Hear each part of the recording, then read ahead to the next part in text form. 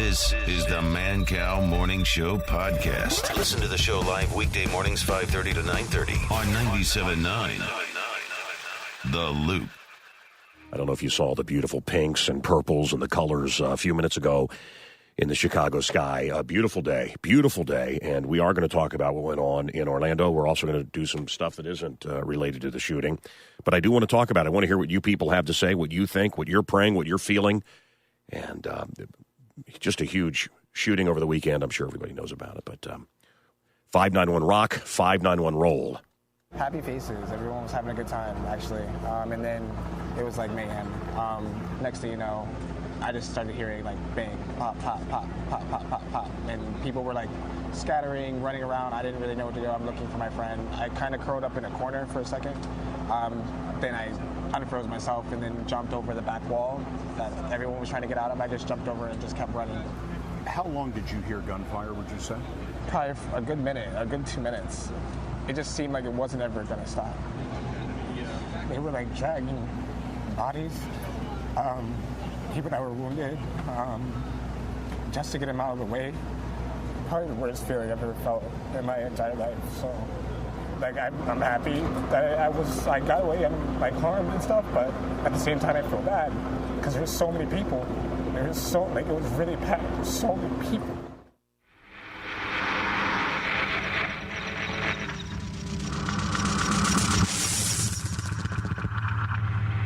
.535. Well, I want to talk about it. I need to talk about it. I want to hear what you folks have to say. Again, 591 rock, 591 roll. We'll get your calls shortly. We've got other stuff planned for today. And as a person that believes in self-defense and the Second Amendment and all that, you've heard me talk about it. I want somebody to clue me in. I'm not the brightest bulb when it comes to this, but what this guy did was impossible. I mean, I've just been going over the math since I heard about the shooting. And the amount dead and the amount shot, and he had to reload. I don't understand why he wasn't stopped sooner. I don't understand why somebody didn't rush the guy. He had rounds that, well, these were not kill rounds that he had. I don't know. My thought I just keep thinking there had to be more than one shooter. There had to be. But I guess not. The guy was motivated, and those shots must have... It's impossible to have this kind of... I just don't know how he did it logistically. There's a lot that doesn't ring true to me, but maybe someone out there that is listening that is a great shot can tell me how he did it. We continue to pray for the families and wonder what we're going to do to stop this. Stop these maniacs, really. My son hasn't been heard from, so I don't know if he was left in the club, if he got shot, or if he's being worked on here. I don't know. It's terrible. He's my only child. When he was in high school, he started the Gay Straight Alliance. I've been so proud of him for that thing. Please, let's all just get along. We're on this earth for such a short time. Let's try to get rid of the hatred and the violence. Please. Yeah. All right, 591 rock, 591 roll. We have endless guests coming up today to talk about this, and again, we're going to cover some other stuff as well. The individual believed to be responsible for the terror attack at the Orlando Club Pulse early Sunday morning has been identified as Omar Mir Sadiq Martin, age 29, an American citizen born in New York. He died of an exchange of gunfire with police officers early this morning. The FBI first became aware of Martin in 2013 when he made inflammatory comments to coworkers alleging possible terrorist ties.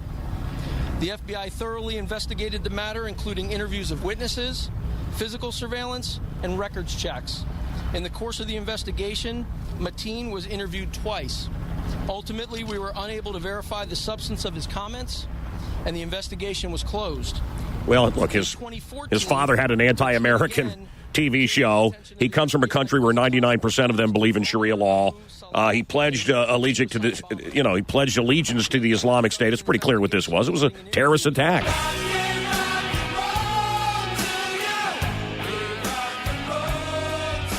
Over in these Islamic countries, gay people are thrown off buildings. You remember Mahmoud Ahmadinejad, or as I call him, Mahmoud Ahmadinejad jacket, out of Iran. So we don't have any gay people. We don't have any gay people. No, because they kill them. So, meanwhile, pedophilia runs rampant in these places. Bizarre thinking to me. Anyway, we continue. God gave rock and roll to us. God gave us freedom here in America. Freedom to express ourselves. And let's do that. 591 Rock, 591 Roll.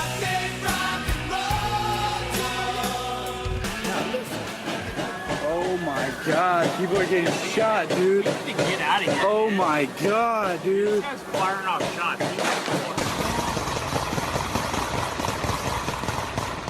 I don't know where my son is. No one can tell me where my son is. If he's been shot, if he's dead, no one knows. He's not answering the phone. But he was sitting right next to his boyfriend, and his boyfriend definitely was shot with multiple gunshots and taken in the ambulance. There was blood splattered on me, and I just remember just the screaming, and I was like, are you kidding me? Oh my God. So I dropped down, and I'm crawling out. I was just like, oh, please, just please make it out, please, please. And then when I did, I saw people shot. I saw blood everywhere. There was blood all over me. I didn't know if it was my blood. I didn't know. So I was checking my whole body. When I got out, I realized it wasn't mine. It was somebody else's. The person I was with was shot in the back. I had to take my bandana off and tie it up, put it in the bullet hole that was in his back so that he wasn't bleeding, because he was bleeding so bad his whole pant leg was red, and it was so soaked. It was just, my hands were just covered.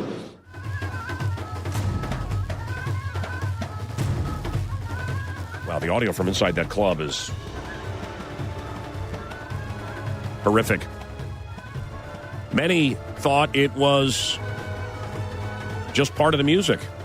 DJ was playing a typical set that incorporated what we thought was gunshots as part of the music. 4 shots, bop, bop, bop, bop. But for some reason, it was different. No one put 2 and 2 together until the 5th and 6th, between 10 and 20. That's when everything really started getting real. And then we all, at that point, did a domino effect, all to the floor. Everybody, at least at that part of the club. I can't speak for the main floor or anything else, but at least from what I saw in our section of the bar, it was just a quick drop, hit the floor, hit the ground.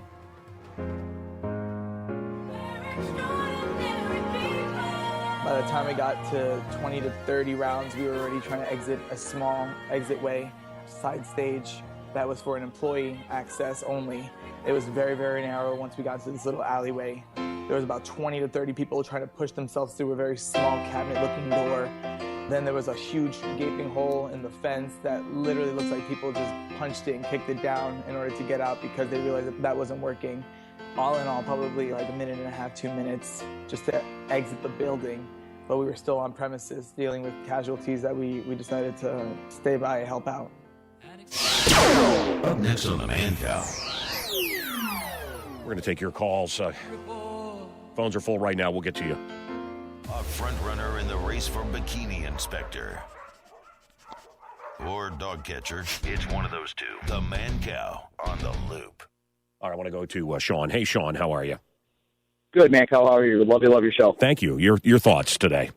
All right, my thoughts today on this is I think the club owners should have some type of, like, some kill switch where it would turn the lights on, turn the music off.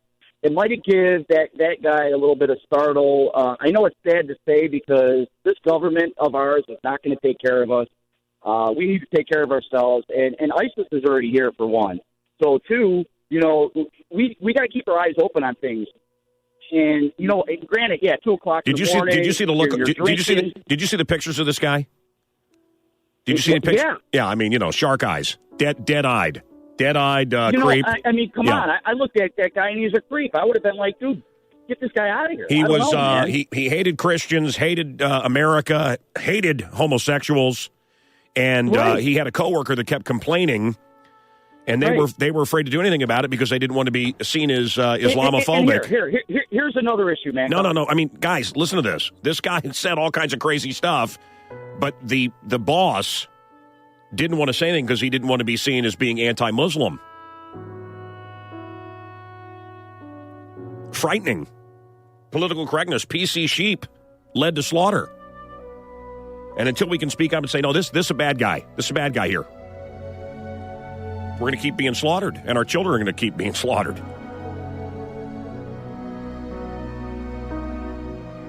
Yeah. Yeah, no, he had a coworker that kept saying, this guy's going to do something. This is a bad guy. But they were afraid to say anything because they didn't want to be. They didn't want to come off as not politically correct. And all the people that are going against guns today, I wish, and which I'm all for, by the way. I think all the guns, but first, let's, as soon as the bad guys give up theirs, I'll be more than willing to give up mine. I really am all for it. As soon as the threat is gone, it's a great idea.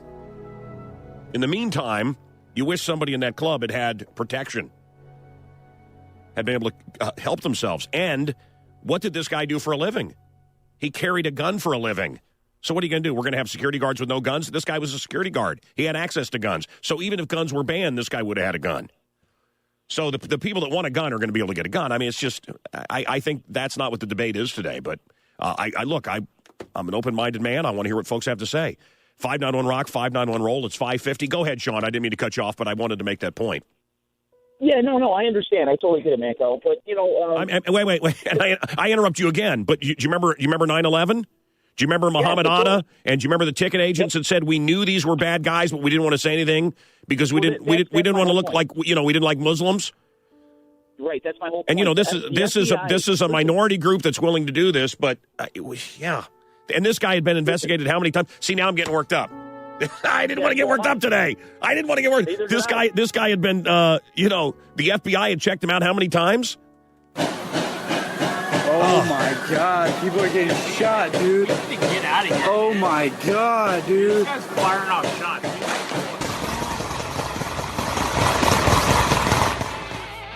We at first heard the gunshots, and then when we realized that it was actual real life, we hit the ground, and then we started to realize that it's getting closer and louder and louder. There was about a 10-second break where we didn't hear any more bullets going off, and that's when we made a jet for the door. I didn't even want to look back. Why? To look at them, that would be the last thing I see in my face, and the last memory I have. That's not something I want to remember. We just wanted to make sure. We heard that it was coming closer. We ran out, we jetted, and tried just saving ourselves and saving as many people as we could just to get out of there. Dave, you're on the air. What's up? Love the show, Mancow. Thank you. Definitely a sad day. As much as I hate to say it, I've got weapons training. With an AR-15, you can get clips that can contain anywhere from 30 to 50 rounds apiece. A 10-second break that he just spoke of could be a reloading aspect. That guy relied on mass hysteria at 2 o'clock in the morning with everybody drinking. You don't know where the guns are coming from, the shots are coming from. Very easy to unload 100 rounds within a minute. And that's what he relied on. I've had tactical training, and I've been racking my brain on this. And there is with that many people, there were hundreds of people there. I understand. But nobody knew, as they said, they thought it was part of the music. They relied on the unknown, and that's what it was. Now, there is one thing that everybody talks about that no one really isn't talking about. Dave, is that cop, the cop that engaged him, I think, saved a lot of lives. Yeah, how about that cop, huh? No one's talking about that cop. Everybody hates cops, but no one's talking about how that guy engaged him outside and stopped what probably could have been twice as worse. Brother, look, our military and our cops have just really thankless, awful jobs right now. They really do. And they're heroes. Look, the cops that are sitting around writing tickets, there's cops I don't consider cops. I got to be honest with you. But today's not the day to get into that. That cop's a hero. The cops are out fighting crime and taking down bad guys. Those are heroes. Okay? Let me tell you something. I love radio. There's great people in radio. There's also jagoff, sellout losers. There's bad in every bunch. But, no, that cop is an absolute hero. Absolute hero. No, look, so he wasn't using kill rounds. This guy had to, the shots he made for this amount of death. Well, it was just mass hysteria. With hundreds of people, could they not have stormed him? Could they not have rushed him and stopped this? I think you had to know where it's coming from, though. Yeah. I mean, you got everybody running in every which direction. Nobody seems to know what's going on. They said it was part of the music, they thought. Dave, So, yeah, they did think it was part of the music. I'm not judging anybody. I want to make this clear. yeah. No, I understand. I'm not saying that either. However, if you don't know what's going on, they're all just scrambling for their lives, and that's what he relied on, and that's what happened, unfortunately. Did he shoot the guard at the front door? Is that how he got in? That I don't know. I haven't heard either, I don't think. It's really not clarified how he got in the door in the first place. Yeah, I mean, then you want to talk about, do we want to put metal detectors in every single, now we get into a whole other debate. Well, and where does it stop? And, then the guy comes in through the kitchen or through a skylight or something else. I mean, how much security is a little, nightclub supposed to have at 2 o'clock in the morning? The sad thing is this is in a stadium where there was thousands of people. So you don't think it was, you don't think there was more than one shooter? You think what he did is, he did it, you say, and it is possible because this guy did it. That's what you believe. I really believe it's just one person. I really do. It's very easy to unload 100 rounds in less than a minute. Well, we heard the audio. I mean, it's pop, pop, pop, pop, pop. It's something else. AR-15 trigger pull is very, very light and very easy to use. Okay, we got more calls coming in. We want to get to you. 5-9 on Rock, 5-9 on Roll. Other stuff to talk about today. We want to hear from you. We are going to have sports coming up. This is the Mancow 97.9 The Loop. A Cumulus station. This is WLUP-FM, Chicago. 7:10 this morning. We are going to continue to work at giving away this Rolling Stone trip to Vegas. Airfare, great hotel, tickets to see the Stones, and we're going to talk about the shootings that happened. And your calls, again. Phones are packed, but we'll take your calls coming up here. 5-9 on Rock, 5-9 on Roll. I've always found when we do these kind of shows, it's best to let you folks talk. Let's grieve together. Death is the sentence. Look, there's nothing to be embarrassed about this. Death is the sentence. A Muslim scholar says killing homosexuals is the compassionate thing to do. Resident Alan Kornman told Eyewitness News he couldn't believe what a simple Google search turned up about the man speaking at this Islamic center tonight. It's appalling. In fact, it's inciting violence against gays, and I find that reprehensible. Dr. Farouk Sekhalishfar lives in Iran, according to his online bio, and he's been condemning homosexuals since at least 2013. Death is the sentence. Look, there's nothing to be embarrassed about this. Don't be embarrassed. Death is the sentence for gays. You're putting them out of their misery, he says. And is not applicable under U.S. law. But he also says the only way gays and lesbians can be forgiven is to die. Well, we have to have that compassion for people. This is in Orlando. Homosexual is the same. Out of compassion, let's get rid of him now. Out of compassion. Now, in the past hour, we spoke with one of the leaders from the Husseini Islamic Center, and he says he believes the center has a right to have anyone speak on any topic. And he emphasized it's a private event. Yeah, private event, yeah. The FBI is not welcome. 6:05, the Mancow, this is The Loop. You got to love every day. And we do.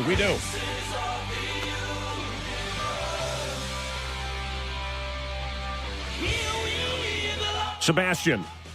Yes. Hey, man, what's up? Mancow, love your show. Thank you very much.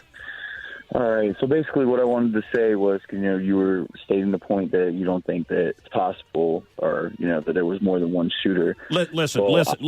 Hold on, Sebastian. I want to tell you this, okay? I don't know if you know my background, and people can argue with me, and I tell them things about radio, and no, and you can't. This is why I hate doing radio. I love radio, but one of the reasons I'm doing the kind of radio I'm doing now is because I really grew to hate. Al, do you know where I'm going with this? You can't tell it. What is it? Nobody knows nothing about nothing. Who said that? Was it Yogi Berra? You can't. If a man believes this in 2016, if a man believes the moon is made of cheese, that's it. And you can argue with that man, and you can give him facts. It doesn't matter. Facts don't matter. Facts don't matter at all. Facts do not matter. Now, I was brought up to debate. We argued at our dinner table. This was how we showed love.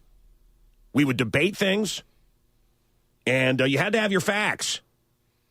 And that's why I was brought up. It doesn't matter anymore. I mean, I think about my conversation. I love the guy. I think about my conversations with Turd. No, man, it's made of cheese. The moon. I mean, he would argue. He's stupid. I love the guy. He's stupid. It's like arguing with a dog or a monkey. And damn it, he believes it because he feels it. It's true. Because he feels it, it's true. But it's not. It's not real. There's facts. So where am I going with this? I worked for a news channel for 7 years. Kathy, you've seen behind the scenes. I believe nothing that I see. I feel like you have to read between the headlines. It's all propaganda. It's all agenda. It's all BS. It's all what they want you to think. It's all manipulation. It's all sell, sell, sell. So I just simply won't do it anymore. But I do want to tell you, as I sit and listen to the amount of people killed, and these were not kill shots. The bullets they were using are not designed. This killer was using, these are maim shots. And I'm not an expert. We should have Dave on from DS Arms. But the little bit that I know is that these bullets don't kill.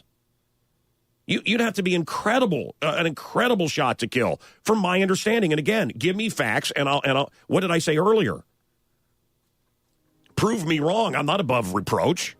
I'm not one of these guys that's on the radio. My opinion is divine. But the amount of death, and then it just kept getting higher and higher, with that amount of men, and nobody, and he had to reload, and nobody rushed him. Nobody fought back. Reminds me of the stories where you hear about 50 people led off to be killed by one guy. I mean, I've seen videos of it. During the war, 50 guys and one guy with a gun. Well, I at least take him out, turn around and fight back. And it's just been bothering me. But the guy did have tactical training. He was a security guard. He did practice shooting. So maybe, the guy earlier said, "No, Mancow, you got it wrong." So I'll stand with it. I'll take it. I'm wrong. I don't care. I'm just asking the question. It just seems like. Well, Sebastian, what's your take? Well, basically, I thought that, it could have been a single shooter too, but I'm from Florida, so I have a lot of friends, that are on Facebook, and there was this post that was circumventing around, and it stated that there was more than one shooter. Yeah. But it got immediately taken down off of Facebook. Well, that's the other thing, too. Look at all the stuff that got removed from the internet yesterday. Yep. I mean, I was looking at different stories, and as I was, going back to get them for the show or to reference them for my friends or my family, they're gone. Anything that talked about what really happened that wasn't part of the official narrative floated, it was removed. And I don't want this show to be about, it's not conspiracy, but it, to me, just common sense. And again, give me facts and I'll step back. But it just seems like there was more than one shooter, and there's more to this than what we know.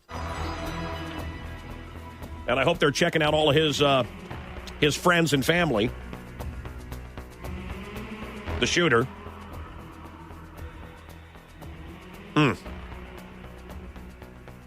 But you're saying you saw. Yeah, I mean, that was the rumor, right? Rick, how are you? What? What? What? Is he speaking English? I think his phone is breaking. Oh, okay. Out. Rick, hello. Yeah. Brother, I can't hear you. We got a bad connection there. Well, listen, the phone calls are coming in. What are you feeling? What are you thinking? I want to talk this out. 591-ROCK, 591-ROLL. The shooter targeted a nightclub where people came together to be with friends, to dance and to sing. Yeah, just a silly, fun night, and 2 o'clock in the morning, the party's going on, and this madness. Oh, my God. People are getting shot, dude. Get out of here. Oh, my God, dude. This guy's firing off shots. ISIS had said they were going to attack there and in Florida, and they did. This guy pledged allegiance to ISIS and called 911 to say as much. Here is his wife, the shooter's wife. In the beginning, he was a normal being that cared about family, loved to joke, loved to have fun. But then a few months after we were married, I saw his instability, and I saw that he was bipolar and he would get mad out of nowhere.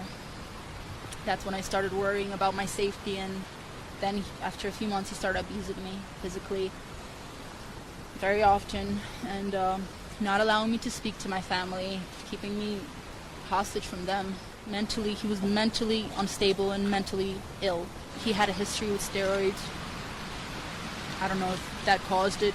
I'm sure had something to do with it. We'll do sports headlines coming up. There's other stuff going on in the world. We will talk about it. Other stuff here in Chicago. Cubs, Yeah. Sox, Yeah. and a new Stanley Cup champion. Guy called up earlier, said he left Chicago because of the violence. Yeah. This blew me away. Do you know that we have 1 million less people in Chicago Really? than 1950? The 1950. Than 1950. That's Wow. really surprising. If you go out and ask anybody in the street, including me, Yeah. a day ago, Yeah.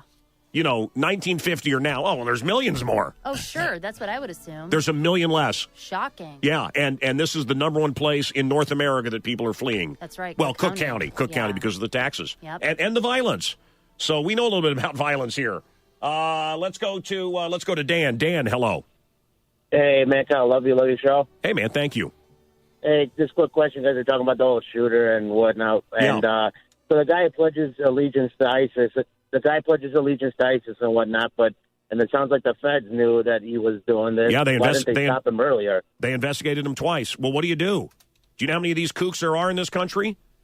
And, look, 99% of Afghanis, 99% wants Sharia law. It is, directly against everything that freedom lovers would think of or dream or love or want. It is absolutely against everything that you and I stand for, everything that this country stands for. So the father had an anti-American TV show. They also took lots of our taxpayer dollars. They also were living off a lot of our funds. We get to pay for this madness. And, of course, our freedoms are used against us. And it does get a little tiring every time one of these things happens. We get lectured. We get lectured on what we've done. We need to pay. I guess we need to pay more and give up more of our freedoms. It just doesn't work. It's never worked. It won't work here. You and I didn't do anything wrong.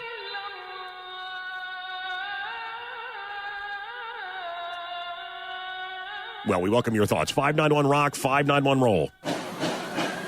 Oh, my God. People are getting shot, dude. Get out of here. Oh, That my is hell. God, that dude. is what hell sounds like. That is what hell sounds like. Dear God Almighty. 591-ROCK, 591-ROLL. We had jetted out. I went through the hole. I lost my friend at that point in time. And I saw this kid collapse in front of me. He collapsed pretty much right next to the building. And I said, what are you doing? What are you doing? Get up. Let's get up. I grabbed him, not realizing that his forearm was split in two. Then I realized he had a gash on his side as well. I quickly took off my main shirt and did a turn-again on him. And then before I knew it, this guy was pacing, looking for a family member back and forth, and he had a bullet sticking out. And the bullet, I kid you not, was this big, half in his leg, half sticking out. And then I took off my other shirt, and I did a turn-again really quick on him as well. So I had them both by my side until the paramedics came. And once they took him out, about 10, 15 minutes later, then we were told to quickly evacuate and move further up down the street as far as we could.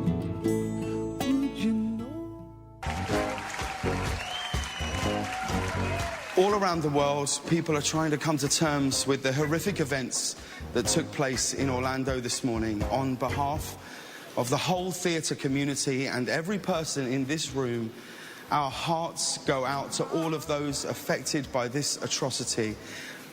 All we can say is you are not on your own right now. Your tragedy is our tragedy. Theatre is a place where every race, creed, sexuality and gender is equal, is embraced and is loved. Hate will never win. Together, we have to make sure of that. Tonight's show stands as a symbol and a celebration of that principle. This is the Tony Awards.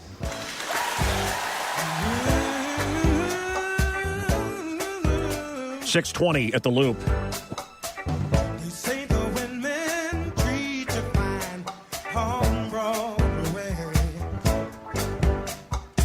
funny. This song is George Benson. Yes. And I look up, Bensonville is on the phone. There you go. Mike, how are you? And George Benson, Chicago boy, wasn't he? Chicago guy. Let's go to Mike. Mike, hi.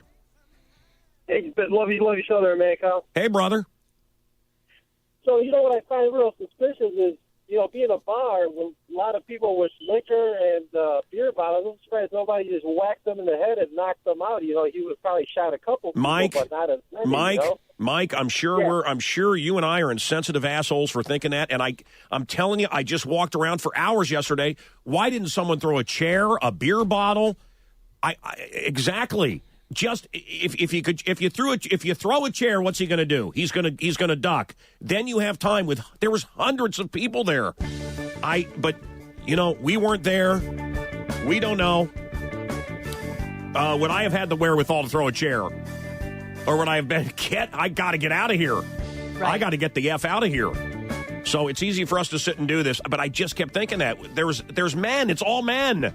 It was a gay bar. They were all men. One of these guys didn't think to throw a chair but when bullets are coming at you, do you have that kind of, I don't know, my mind races. We got lots of great calls coming in. Mike, I see you. Darren, others, 591 Rock, 591 Roll. We're going to do traffic here. We got sports headlines coming up, ADD news, and we do have other things to talk about today as well. The Shield was one of my favorite shows. I was on The Shield. Al, I'll never forget your delightful character. What was the name of your character on the show? Black Perp. Black Perp. Julian, one of the main characters, he's going to be in jail forever. Yeah. That's right. Killed his wife. Yep. Killed his wife. Second-degree murder. One of the main stars. His kids, he killed them. I know. Horrible. So is it okay to kill your wife as long as your kids aren't? I mean, come on. 6:22 at the Loop. Is this a weird? I can feel this feels weird today, man. This feels weird. We'll get through it. This feels weird. Up next on the Mancow. Should we do a mystery movie? Look, at 7:10, we're going to continue with this trip to L.A., to Vegas, the Aria Hotel, and we're going to give you some spending cash and tickets to see the Rolling Stones. It's pretty fantastic. So, awesome. Look, we're going to keep living here, but 7:10, and then at 8:10 today, you're going to get a shot. You're listening to Mancow on the Loop. This is the Mancow. If you smell what Dr. Yates is cooking. 6:30, the Mancow, and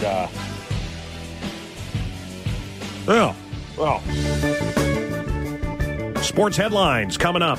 Cubs, Sox, and a new Stanley Cup champion. We do have a mystery movie. Should we be doing this today? I mean, we got to keep doing a show, I guess. I mean, the show must be on. And now it's time for the Mancow mystery movie. I am so happy that I am alive, in one piece, and short.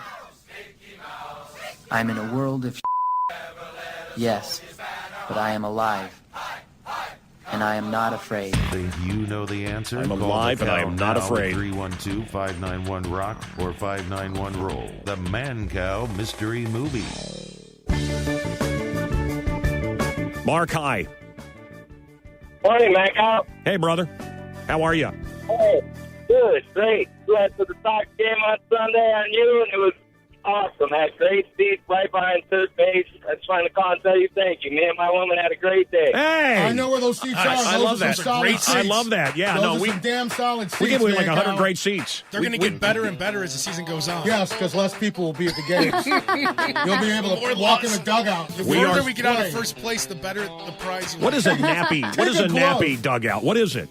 Listen, I'm telling you, Kathy. Yes. I want to take you to the dugout. Okay. Or I want to go to. Wait, Kathy. Would you like to go to a ball game with me? Absolutely. Let's go. Hey, bada, swing. Good morning, Kyle. Love your show. Thank you, brother. The one thing about this tragedy in Orlando, we don't know where or why this family came from Afghanistan. So we got to check. We got to check. I don't care where you're coming from. You can't go. You can't go to Mexico. You and I couldn't go to Mexico. This isn't about, and by the way, it's not a race. Can we stop saying that? Mexico is not a race. Everybody's a race now. There's like 4 classifications of human being. 4. Everybody's got their own little group. We're all together. And by the way, it's all pink inside, Kathy. How many times have I told you that? We all got to love each other. But yeah, if you want to come live here, we gotta. They should all get even their colons inspected. I mean, that's how much we should. If you don't have any ID, how are we letting people in with that? And we're doing it. Yeah. What are we doing? 100 a day from Syria? 100 a day. And this guy was investigated twice by the FBI. Look, we like to think And they dropped it. We like to think if they get to know us, they'll love us. But you have to understand something. They are brought up to believe that Christians and Jewish people and Americans and all this, that we would be better off with our heads separated from our bodies. You heard in Orlando, this guy probably went and saw this guy speak, that you're actually doing a favor to gay guys if you kill them. That's what they're teaching. That's what they, TV in the Middle East, Jewish kids are brought up eating, the blood of, they're fed blood and all. I mean, this is what the kids are taught in school, guys. So then bring them to America. Well, they may not be ready for the Mall of America yet and Disney World, and this may be too much. I don't know. This guy, this guy went on and on about wanting to kill people. And people were saying, his coworker was saying, this guy's going to go off. Well, we don't look like we don't like Muslims. Well, was it against Muslims or would it be against this guy? Certainly, when you hear if you see something, say something. Yeah, sure, and then you'll immediately be labeled someone that's not politically correct. So that's why people don't do it. But this coworker of this guy, this madman, be politically incorrect. Yeah, well, you say that until it's your job on the line. Hey, if I'm on a CTA, train, and I see something that's suspicious to me, you're damn right I'm going to say something. You ever see Lawrence of Arabia? Long time ago. Near what used to be Cabrini Green, I saw guys placing stuff up under the bridge. It looked like something out of a movie, and they may have been doing a movie. Placing what, bombs? I don't know. They were wiring and doing stuff under a bridge. Okay. And I called 911. And they went click. I know, and I never heard anything. Yeah. You guys also know that there were somebody was putting explosive devices and trash cans all over Michigan Avenue. Did you ever hear that story? Yeah, I remember that. Did it ever? There was one by Wrigley Field. I don't know if it ever got even. Did it even make the news? Yeah, it made the news. The Wrigley Field guy did. See, they don't want to say this stuff. How about Sam Aramonte? Saw some Islamo guys trying to do something up by the airport. He saw something that looked suspicious, called in. Turns out the guy they were about to do a terrorist act. Why wasn't that a big story? I think a lot of this goes on and we don't know about it. Well, because we the people, we can't handle it. It's like Nicholson. We can't handle the truth. Well, that's why they say that's what you always hear. That's what you always hear about space aliens, right? If they are real, they'd never tell us because they think we can't handle it. They know better. They always know better. Yeah, craziness, crazy times. Your thoughts, guys? I want you to know this. Remember this: good wins. And God, no God is telling you to go kill people in the nightclub at 2:00 in the morning. Right. That voice in your head, that's the devil. That's evil.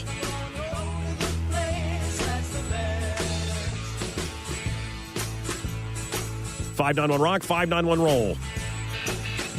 Death is the sentence. I mean, look, there's nothing to be embarrassed about this. Death is the sentence. A Muslim scholar says killing homosexuals is the compassionate thing to do. Resident Alan Kornman told Eyewitness News he couldn't believe what a simple Google search turned up about the man speaking at this Islamic center tonight. It's appalling. In fact, it's inciting violence against gays, and I find that reprehensible. Dr. Farouk Sekhalishfar lives in Iran, according to his online bio, and he's been condemning homosexuals since at least 2013. Death is the sentence. I mean, death is the sentence. Nothing to be embarrassed about. Nothing to be embarrassed about. That's what he says, and that's what they were teaching there at the mosque in Orlando. Nightmare stuff. Your thoughts, your calls coming in fast and furious. Oh my God, people are getting shot, dude. Get out of here. Oh my God, dude. That's firing off shots.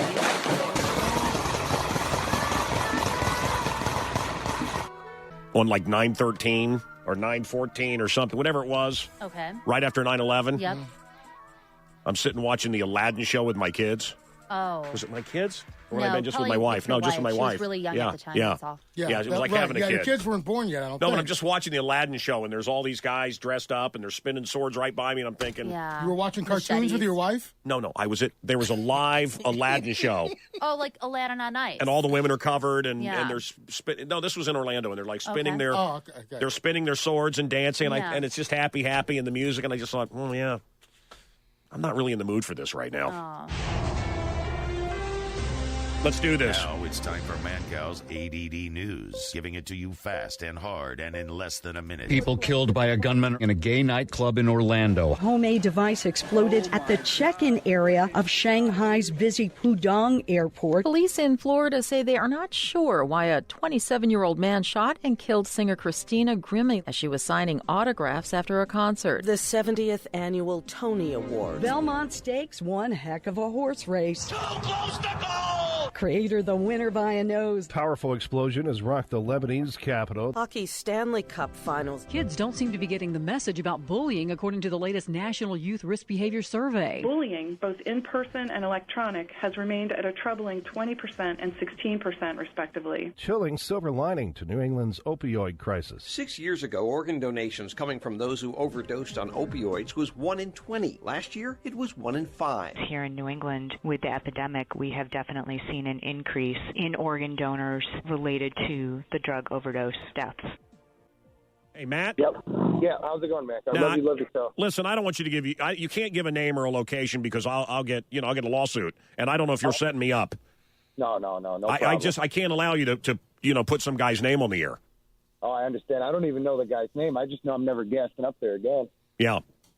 I think I've gotten a few calls about this guy. Is it somewhere in Aurora? Yes, it is. I've heard about this guy. This is the guy that wants all Christians and Jews killed? Exactly. Well, what do you do, Matt? Matt, what do you do? What do I do as a No. I mean, I say, what do you do? What do we do as a country? We have free speech. Is it free speech to say you think all... Does he have a right to think that? Absolutely, he does. He has a right to say that, and he has a right to do that. He does? No, he has a right to say whatever he believes in. Did the Nazis have a right to say? There was Nazis in America. Well, the KKK is still around. They have the KKK is still around. All these groups are still around. Right, lots of white supremacists. No, should they be? No, they should be kicked out of the country. Is this guy posting we're not, on Facebook? We're not at war. Twitter, We're not at war with the KKK. We are at war with radical Islam. That's what we're talking about here. Do we allow soldiers to continue to rise up around us? It is an infiltration. It is war. Matt, what do we do if he acts on did you call? Do you call? What do you do? What do you do when somebody says that to you? Do you call? Do you call 911? Do you call 911? And hope that they investigate him? Yeah. Do you call the FBI? What do you? Interesting stuff. All right. Yeah, I've heard about that guy in Aurora. 591 Rock, 591 Roll. Wow. Interesting calls coming in. Kate, I don't know what your story is, but they say it's a good one. I'll go to you coming up here. Up next on the Mancow. We will do sports headlines as soon as we come back. Cubs, Sox, and a new Stanley Cup champion. And, that mystery movie clue. We'll give you that again. And music from Pink Floyd here on The Loop. Oh, and it's 7:10. Don't forget, 7:10 today. We are going to do Rolling Stones Roulette. Your chance to go off to Vegas to see the Stones. This is The Loop, a Cumulus station. WLUP-FM. Chicago. You're listening to Mancow. All right, listen, we got some Pink Floyd music coming up. We got sports headlines coming up. Want to go to, who is it? Is her name Kate? Hi, Kate. What's up? Hey, Mancow. Love your show. Love Thank you. Thank you very much. Good morning.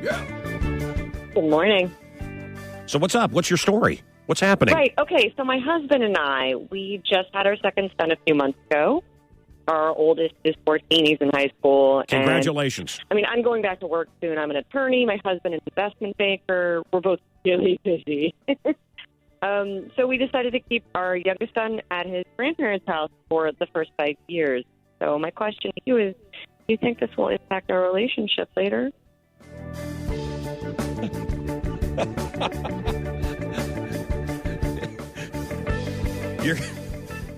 You're gonna keep You're away. gonna pawn your kid off on grandma for 5 years. You're gonna not see him for the first 5 years of his life. You're busy, and you wonder if it's going to affect your relationship.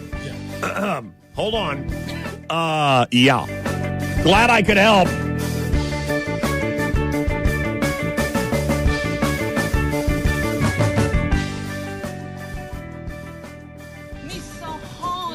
And now, it's time for the Mancow Mystery Movie. I am so happy that I am alive, in one piece, and short.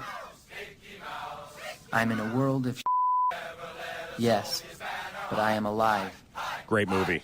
And I am not afraid. Think you know the I actually answer? consider it Call 2 the movies. Cow now with 312-591. Don't know if I've ever seen the second half of it in its The entirety. Mancow Mystery Movie. Oh, you can't get through it? Oh, no. After, the halfway point, I'm like, it can't get any better than this. Right. Yeah, so you turn it off? What a moron. Hey, that's Guns N' Roses. Hey, John, how are you?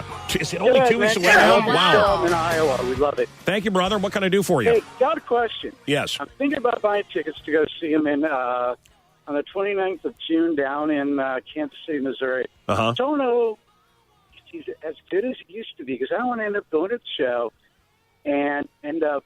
There's no way. Show up on time. There's no way this show can live up to the hype. There's no way. Absolutely, you're right. And I would say, why not come to Soldier Field? Yeah. There's still tickets available. Yeah, and that's the other thing, guys. July 3rd. Only. Yeah, and it's a day off the next day. By the way, the other thing I want to say, yeah. you're going to be able to get tickets.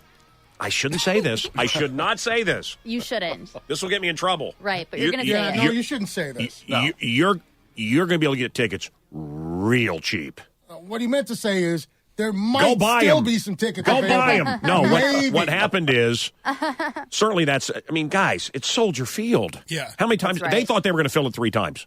And I went, nope. Yep, that's going to be a stretch. And the second show is a stretch, and I'm telling you, bouncers, ticket, what do they call not bouncers? Brokers? Yeah. Brokers. Scalpers. Jag-offs. Yeah, I mean, I say that, but then I'll spend money with them if I want to get tickets to a good show. Yeah. That's right. I wanted to get in the pavilion last Thursday night at Ravinia, and I had to go to a scalper. So, but look, boy, did they overbuy. I think after the July 1st show, which is sold out, I think a lot of those people will go on the 3rd. There'll be a lot of They'll really enjoy themselves on the 1st. Yeah. Listen. You can spend all that crazy money, or how about $10 for your dad? My friend Ryan just buried his dad. I lost my dad. Kathy, you lost your dad. Al, God, huh? Your dad hates you. Well, I hate him. Is your dad alive, eh? Yeah, so unfortunately. Yeah, physically he's alive. Could he be the next guy we read about? Oh, stop No, that. not at all. The way he describes him. No. Sounds like a maniac. Loved us. They're No, dead. he cares about gambling. Okay, so my the apple doesn't fall far from the tree. Huh? my point is, so you wouldn't even spend $10 for a Harry's razor? No, but I'll buy it for my Uncle Rick. Okay, well, Uncle Rick, I didn't know about that. Was Uncle Rick also sleeping with Mom, or No, with her sister. Oh, wait a minute. Oh, that's it could have been his dad's brother. Right. I thought Uncle Rick was the dad's brother My that actually mom's stepped sister's up. husband, Uncle Rick, who took me camping. He built my Pinewood Derby car. By the way, just so you know, you know none of that happened. That's just in his head. It really did. He taught me how to play baseball. He taught me how to play baseball and ride a bike, and we went camping. It Then he never molested happened. me. It never happened. These are all things he made up as he sat alone waiting for Mom to come back from her waitressing job. Right. I'm just saying, in a cardboard box. spend the look. I'm in a race car. Yeah, it's a cardboard box. Look, I'm in a spaceship, and Mommy's got a new refrigerator. Thanks, I had a Uncle great Rick. childhood. Yeah, I know. It was awesome. It's the Mancow Morning Show podcast, so no prizes for you. Listen live for the free stuff weekday mornings 5:30 to 9:30 on Chicago's classic rock station 97.9 The Loop. And now it's time for the Mancow. So John, Yes. why wouldn't you come to Soldier Field? Well, see, I'm thinking about either one of them. I don't know, because I'm thinking about either one of them. Well, wait a minute. What's closer? Closer is Kansas City. Oh, well, you go to Kansas City. I get it. Where are they playing in KC? They're playing in Arrowhead Stadium. Oh, that'll be cool. That'll be awesome. Nah, brother. I grew up near there. I saw the Stones there, the Steel Wheelchair tour, and saw a lot of shows there. They have that horse. Once I was there, I saw. So my first great show there was there's a Monster Rock tour with Van Halen during the OU812 tour. Brother, I was there. Yeah, Young boy Mancow was there with you. Wow. You guys might have hooked up in the bathroom. Yep. Hey, stop it. And then remember one time. What were you wearing? Were you wearing Wranglers? My daddy. I would have been wearing Lee. And my daddy. He was an ass model. Took me to meet that's right. He was an ass model. Then my daddy took me to meet Elvis and President JFK. And we went to see the Beatles on an aeroplane. And the guy had no dad. You know none of these are. Pinewood. I had a dad. My dad would have built me a Pinewood Derby car. Quit making shizzing it up, would you? Sounds good. I have the trophy. If you don't believe me, I'll bring it in tomorrow. The trophy. Back just a little Pinewood Derby car. That was it. We built my first car. It was a kit car, a Testarossa. He's just making stuff up. I had a mishap. I was in Vegas. I was doing shows. I broke my pinky toe. Okay. Do you know when you get up in the middle of the night to go pee, but you keep your eyes closed to stay tired?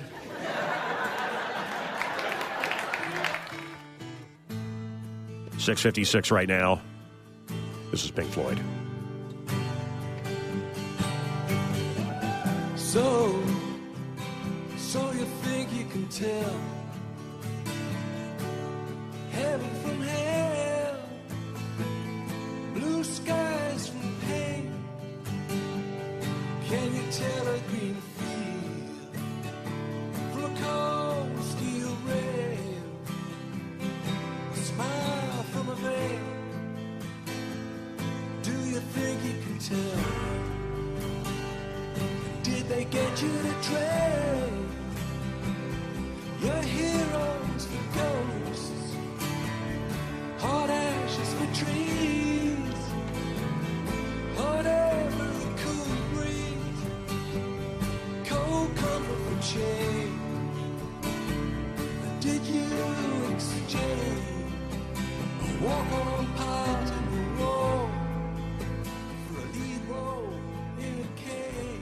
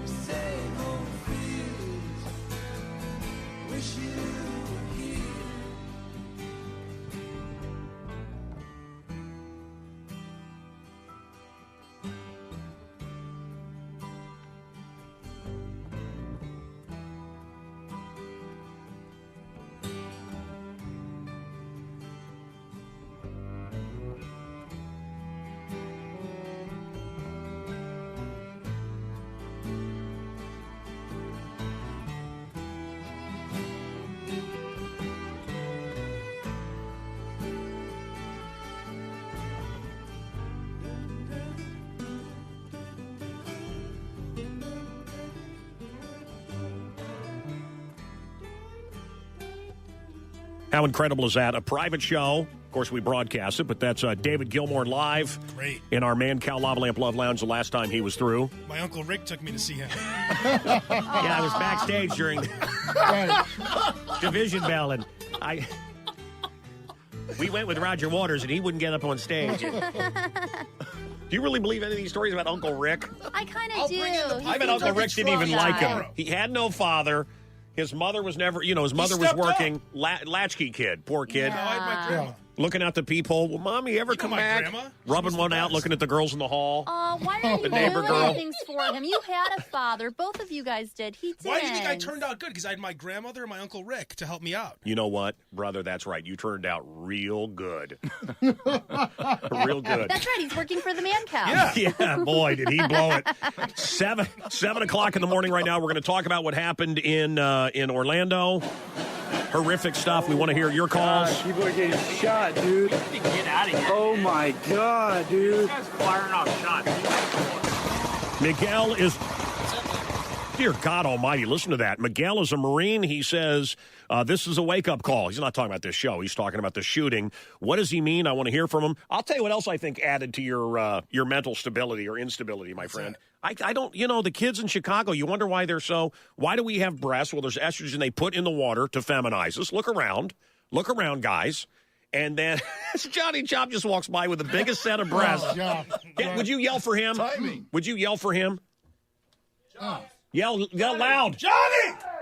How slow do you think? Okay, come back. Come in here. Covered in sweat when he Come in was here. ran. Brother, I was just talking. Get on the microphone. You know, all the estrogen they put in the food, too. I mean, we are... Well, soy. Soy causes...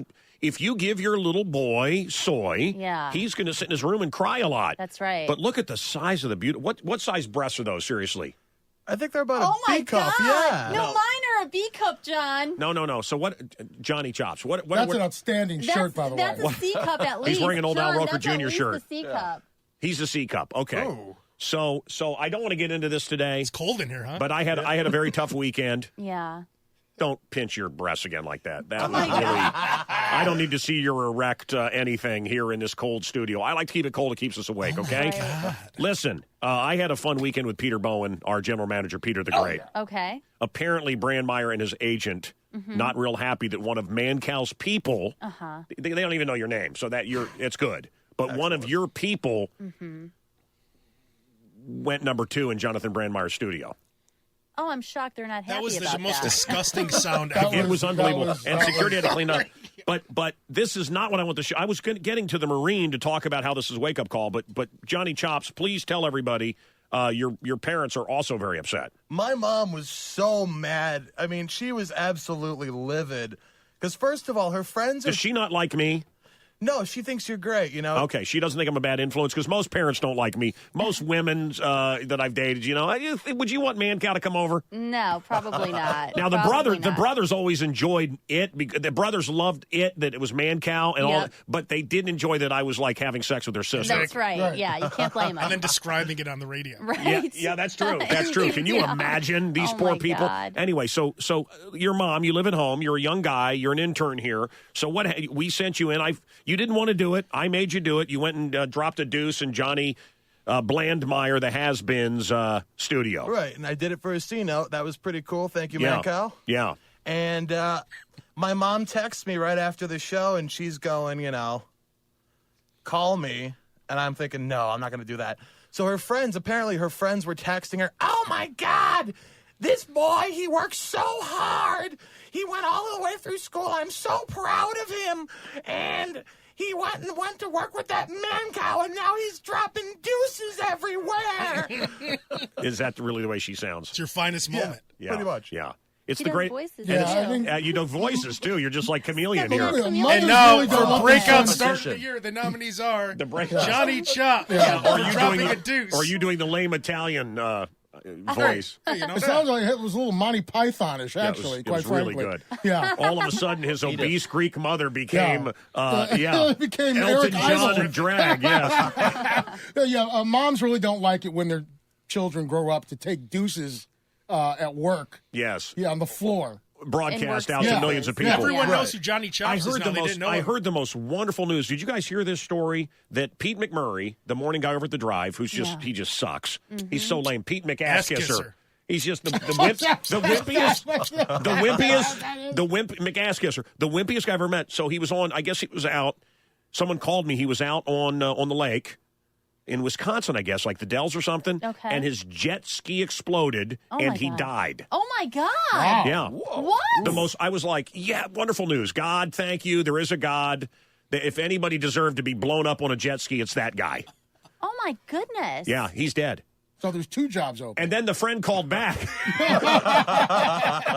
McNeil was drinking, but this time to celebrate. Yeah, McNeil couldn't stand to work with him. Couldn't stand to work with that ass kisser.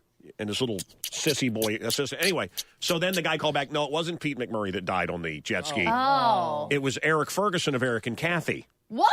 But he lived. Yeah. Oh. And he got shot 15 feet in the air. And I want to say this. I mean this. Yeah. I'm glad. I'm glad he lived. Oh yeah. The guy. I think he had a catheter. I think he wears a bag to go to the bathroom. I've heard. The guy has had cancer. Hasn't he? He's had all kinds of stuff. Oh, my No. goodness. Look, all the radio BS aside. Wow. There's good guys and there's bad guys. He's not a bad guy. Okay. I like making fun of him. Sure. But, Petey Ass Kisser, that's a bad guy. Yeah. You want bad people to die. Don't you? No, you don't. No. That's evil and... Oh, yes, no. Yeah, you can't say and that. this is... I Right, can't, you're yes. people No, I'm consider you. glad he's okay. your- Thank goodness. Yeah. And now another Doobie Brothers song. Poor dumb bastard. Anyway, here's the thing I'm thinking. You with the breasts, the estrogen in the water, all the soy you've eaten. Look at your huge breasts. And you, with all these fantasies you have, it's got to be the quality of the lead in our water. I think that's affected a lot of people in Chicago. You got to get a water filter, guys. Absolutely. We can't avoid this anymore. You have to, if you have children, I've done it. You have to spend the money. You have to get a water filter at this point. Do you hook this to your faucet or do you hook it to your water? I have it sitting on the counter and I pour water into it. And I just start drinking water. Okay. Probably should have it hooked through the whole system of the house. You should, yeah. because when you take a shower... Yeah. Sticking with Chicago now, residents there increasingly concerned about the risk of lead in their drinking water. Lead in the water, children gonna die. Lead in the water. So far, results from 58 of the 156 schools tested so far are back, and on the CPS fix list tonight, a dozen of them. Okay, now, Abe the Chameleon here does all of our voices. Yes. But Johnny, you just did an incredible voice as your mother. Now, can you do that voice again for me? Let me hear a little more. Let me give you a little, okay. What I'm dealing with. You know what? No. Let me set up a scenario, okay? Okay. She's been drinking and she French kisses you. Let's hear it. Oh, Let's hear what that would sound like. All right. Come here, John. I just finished this whole No, bottle dude. of sangria. No. Dude. Your mom's drinking sangria with a Cigarette kid. hanging out of her mouth. Dude, that's when you say no. He's a good soldier, isn't he? He sure is. He's unbelievable, Yep. this kid. If I told him to jump off the building, I think he would do it. I think he would. That's a real fan. I'd like to think all of our fans would do that. So Alec Baldwin came out on TV with Kelly, and women went crazy because he was wearing shorts. Well, he is very attractive. Alec Baldwin at this point? You could have said that 20 years ago. Listen to this. And now, here are Kelly Ripa and Alec Baldwin.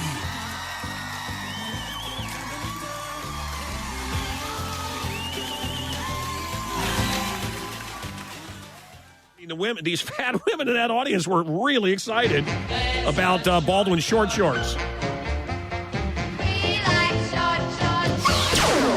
right. On the Mancow. 591 Rock, 591 Roll. We want to talk about Kathy's great ass. Ooh, she got fed it. Oh, God dang it. As soon as I come back, I should have done it just then. Shoot, my God. Golly. I wish I could curse. Rolling Stones Roulette coming up. Nice. Oh, great. I'm going to take a call at random, and you could get concert tickets. You could get a stay at the Aria Hotel. You could get some spending cash. Yeah, we're paying for fare. the airfare as well. Working harder than the bathroom. It's coming up next. A day after an open bar office party. He is the Mancow. Yep. You better believe it. Is Mancow. Miguel the Marine, are you there? Yeah, I'm here, Mancow. All right, brother. What did you want to say? Love your show, Mancow. Thank you so much. Just over the past weekend, you hear the news, and I was just calling to give my opinion at the same time, just warn people and just make them more vigilant, more than they've ever been. And, 2 o'clock in the morning. 2 o'clock in the morning. These guys are dancing. I know how I am at 2 o'clock in the morning. Yeah. Right. They were probably drugged up and drunk. And by the way, I am not bashing them because that would be me at 2 o'clock in the morning. Guess what? I was out at 2 o'clock in the morning Saturday night. Okay? Yeah. And I was Go to any bar in Chicago. Yeah. Go to the Hang Up. I was out of my mind loaded. Yep. Easy picking. I On way Saturday, I way overindulged Saturday night. So at the time that this was well, no, but whatever. I'm just saying. You saw all these guys had their shirts off, they're dancing, they're having good friends with they're having good dances with their boyfriends, making out, acting silly, and this guy comes in. They think it's part of the music. Maybe we should make that a rule that we don't make gunshot sound effects part of club songs. I mean, is that a little less space? You didn't songs, do that. yeah. Why would they even think that would be part of the sound? Anyway, they're having a good time, and vigilant. You go to a nightclub to not be vigilant. Yeah. You assume you're protected. I don't know, Marine. That's what happened. What's that, Marine? I was saying, being vigilant prior to what happened, there's plenty of people that must have seen this guy carrying, rifle out or carrying, ammunition. What do you think about ISIS saying, look, they're going to let they're going to come into these countries, Europe and America.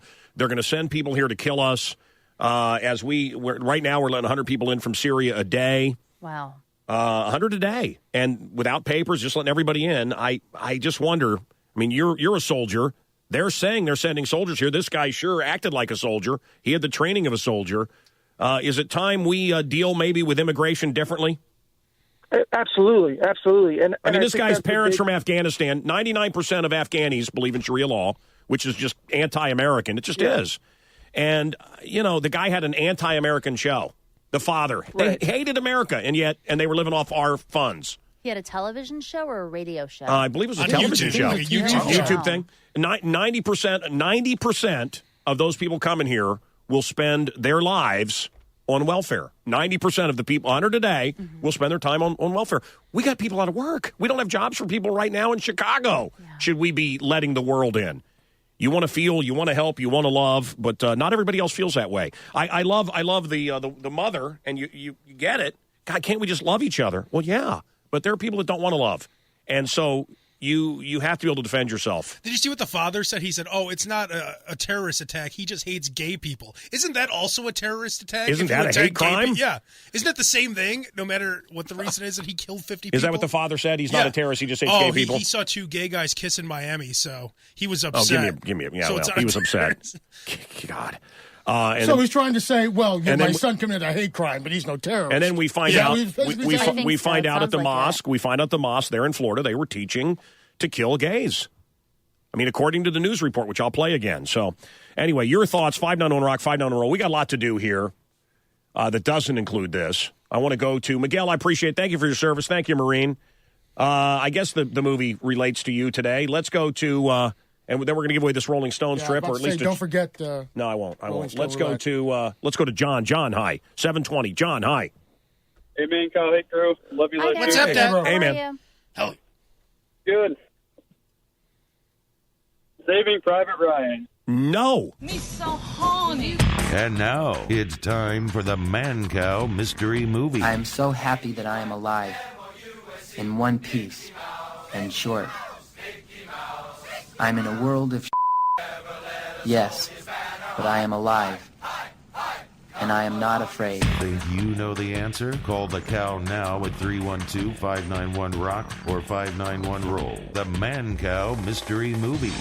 Our program director tells me it's too confusing for people when I combine contests, so I want to keep going until I get an answer on this mystery movie. Okay. Hello? Hello. Yeah, hey, what's up? Hey, love you show, Mancow. Sorry. Thank you. What's your name? My name's Pete. You're not calling from the radio station. This isn't Petey Ass Kisser, is it? This isn't Petey McAss Kisser. No. Okay. Oh, no. The sellout. Yeah, what's up? What do you think, man? I got the answers to the mystery movie. Yes, come on. Full Metal Jacket. Full Metal Jacket is right. Very nice job. I know you, brother. Yeah. Barciana, Belly Q, Gus's Fried Chicken. Who's here today? The Chicken Shop? Chicken Shop is here. Soho Hotel. It looks delicious. Inside the Soho. Publican Meats, Pork Chop, goes on and on. Listen, I love pork chop. You know I love pork chop. Yeah, okay, so the Taste of Randolph happening. We're going to have some food in here, and we're going to tell you what's going on with that. Oh, I got a new song for you, Kathy. Oh, you do? World debut. Aw. Oh,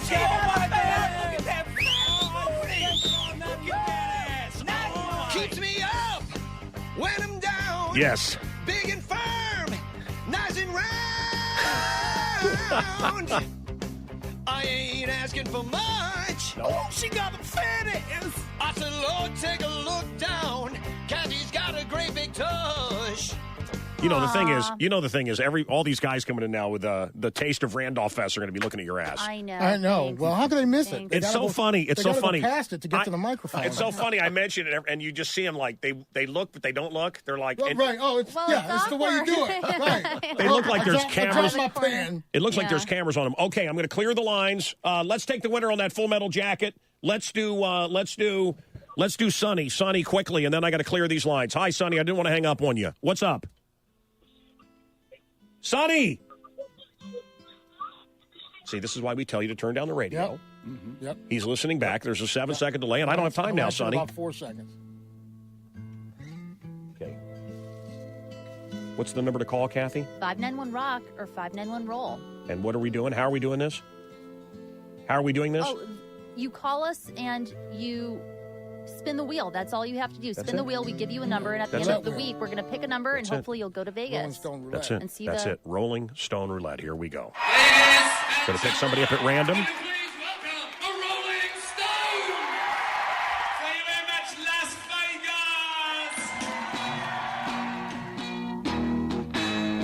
What is your name? Jesse. Your name? What is say your full name, please? Jesse Amaya. Jesse Amaya. Okay. All right, tell us when you want us to spin the wheel. Okay, let's do it. Let's spin it. I'm just going to spin it here. It's all done electronically.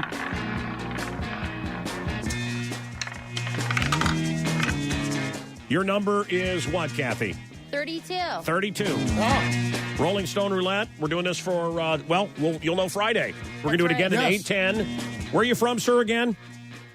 Melrose Park. Melrose Park. Oh, Wonderful. Nice. That'll Wonderful. Be a nice little vacation for you. Yeah. Oh, man. Yeah, this is you're going to see the Stones. We're going to send you to the Aria Hotel. You're going to get airfare, and you're going to get spending cash, and you're going to get tickets to see the Rolling Stones. Let's do some Stones when we come back. Up next on the Mancow. Sports headlines as well, and we're going to have an hour commercial free. Wow. He's the Mancow on the Loop. 97.9 The Loop. A Cumulus station.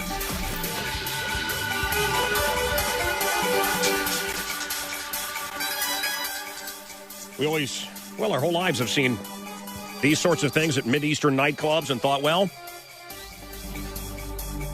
what a nightmare. And as we bring more and more of that element here, are we going to have more and more of these problems? The nightclub bombings, seems to be a favorite target of Islamofascist. Your thoughts? 591 Rock, 591 Roll. Are you sick of being lectured? I really am sick of being lectured. In Paris, when they had a radical attack, they went after the radical element. Here we get lectured. Why do we get lectured all the time by this president? Why do we get lectured? It's our fault. Why is it what did I do? What, because I want to protect my family? Because I think people inside the nightclub in Orlando should have been able to protect themselves? I'm the bad guy? This schoolmarm lecture from the president, I could do without it. Your thoughts again. We want to hear what you have to say. It felt like there should have been more than one shooter. We talked about that. Apparently this guy was really an amazing shot. Also, no resistance, shocking to me. I feel like somebody should have thrown a chair or a bottle at the guy. There was 300 guys in there. But from the sound of the audio that you've been playing, But then I think if you're in that situation, what do you if you're drunk, you run. high, whatever. Right. You don't 2 know o'clock in the morning. 2 in the morning, Yeah. exactly. Anyway, we want to hear what you have to say. Yeah, my first thoughts were, there's 300 guys. Rush him. Why didn't they step up and rush him? Why didn't they throw beer bottles? Why didn't they? But again, listen to this. Are you going to run? No, listen. Are you going to run towards this? Oh my God! People are getting shot, dude. Get out of here. Oh my God, dude. Firing off shots.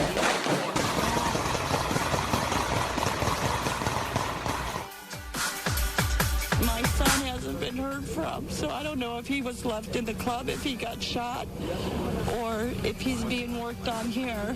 I don't know. It's terrible. He's my only child.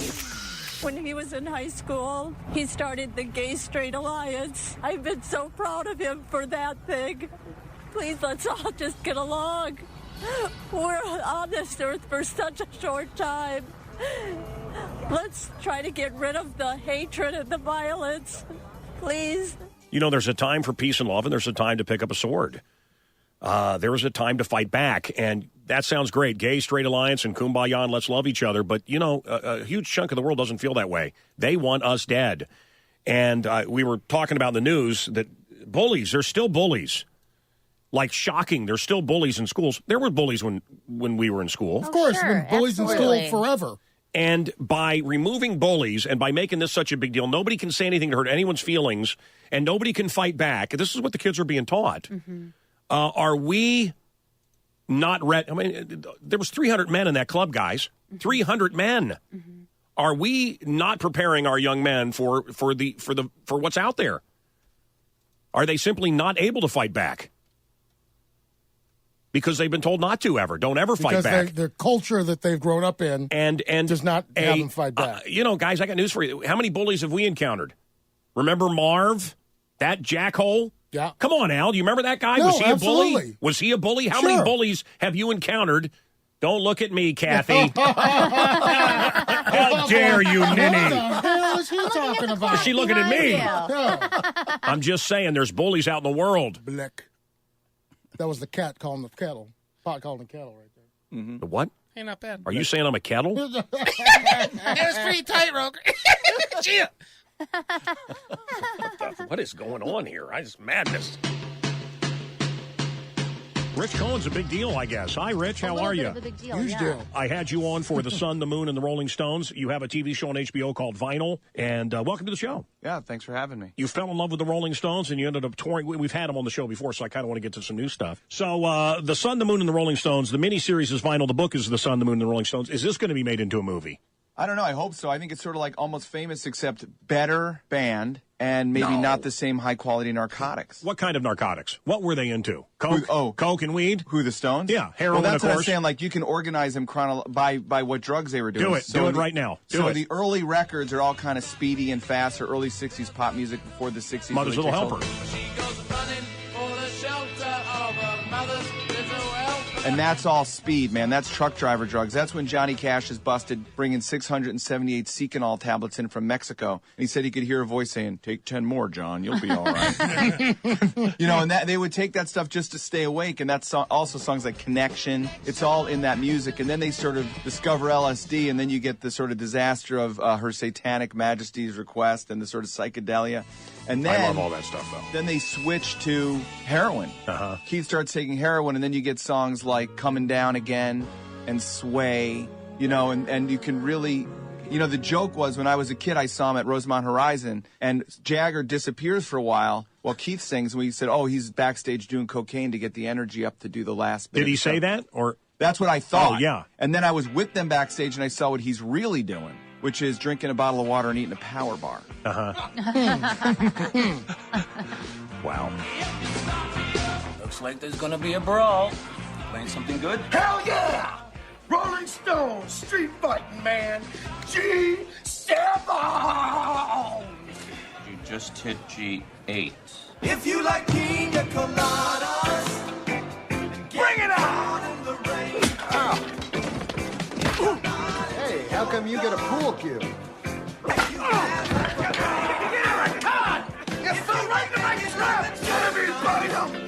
Mancow. Hey, Mancow. Mancow, hey, man. I got the greatest story, man. No, the greatest story. Are you seriously? No, the greatest story that you've ever heard, man. I got to tell you this story. The greatest story ever. So our cat died, and my wife went out and adopted a cat. And I said, okay, honey, you go out and adopt a cat. And the vet gave her 2 cats. 2. I only wanted 1. She gave her 2. So the next day, I told her, take the cats back. Well, what happened? She took the cats back. What? That's the greatest story ever. This is the kind of, and this guy thought it was important to tell me this. Right. Wow. That was my Saturday night, drunk and stupid. Oh, wow. By the way, I also told a pair of very, very dear friends of the family that their son came out to me. Oh, my God. I told my friends Larry and Edie that their son came out to me. And they're like, what? No way. I'm like, yeah. And I kept it all night, and it just hit me. It just hit me like I never said, ha! Oh, you never? Oh, I was so drunk. You'd be the best guy to come out Wow. to. Yeah. Tell everyone on the radio about it. Yeah. Your son came out to me. That's why he broke up with his last girlfriend after 3 years. He's decided to give up on women. What? No, that's not true. But then I kept it going all night. To let him off the hook. Yeah. Wow. I told you about Jimmy John of Jimmy John fame. Oh, sure. Yes. I was in his car. Yeah. And where was he? Where was he from? Where was his first Jimmy John's? What town is he in? He's in some small town. ISU, wasn't that ISU? Champagne, I believe.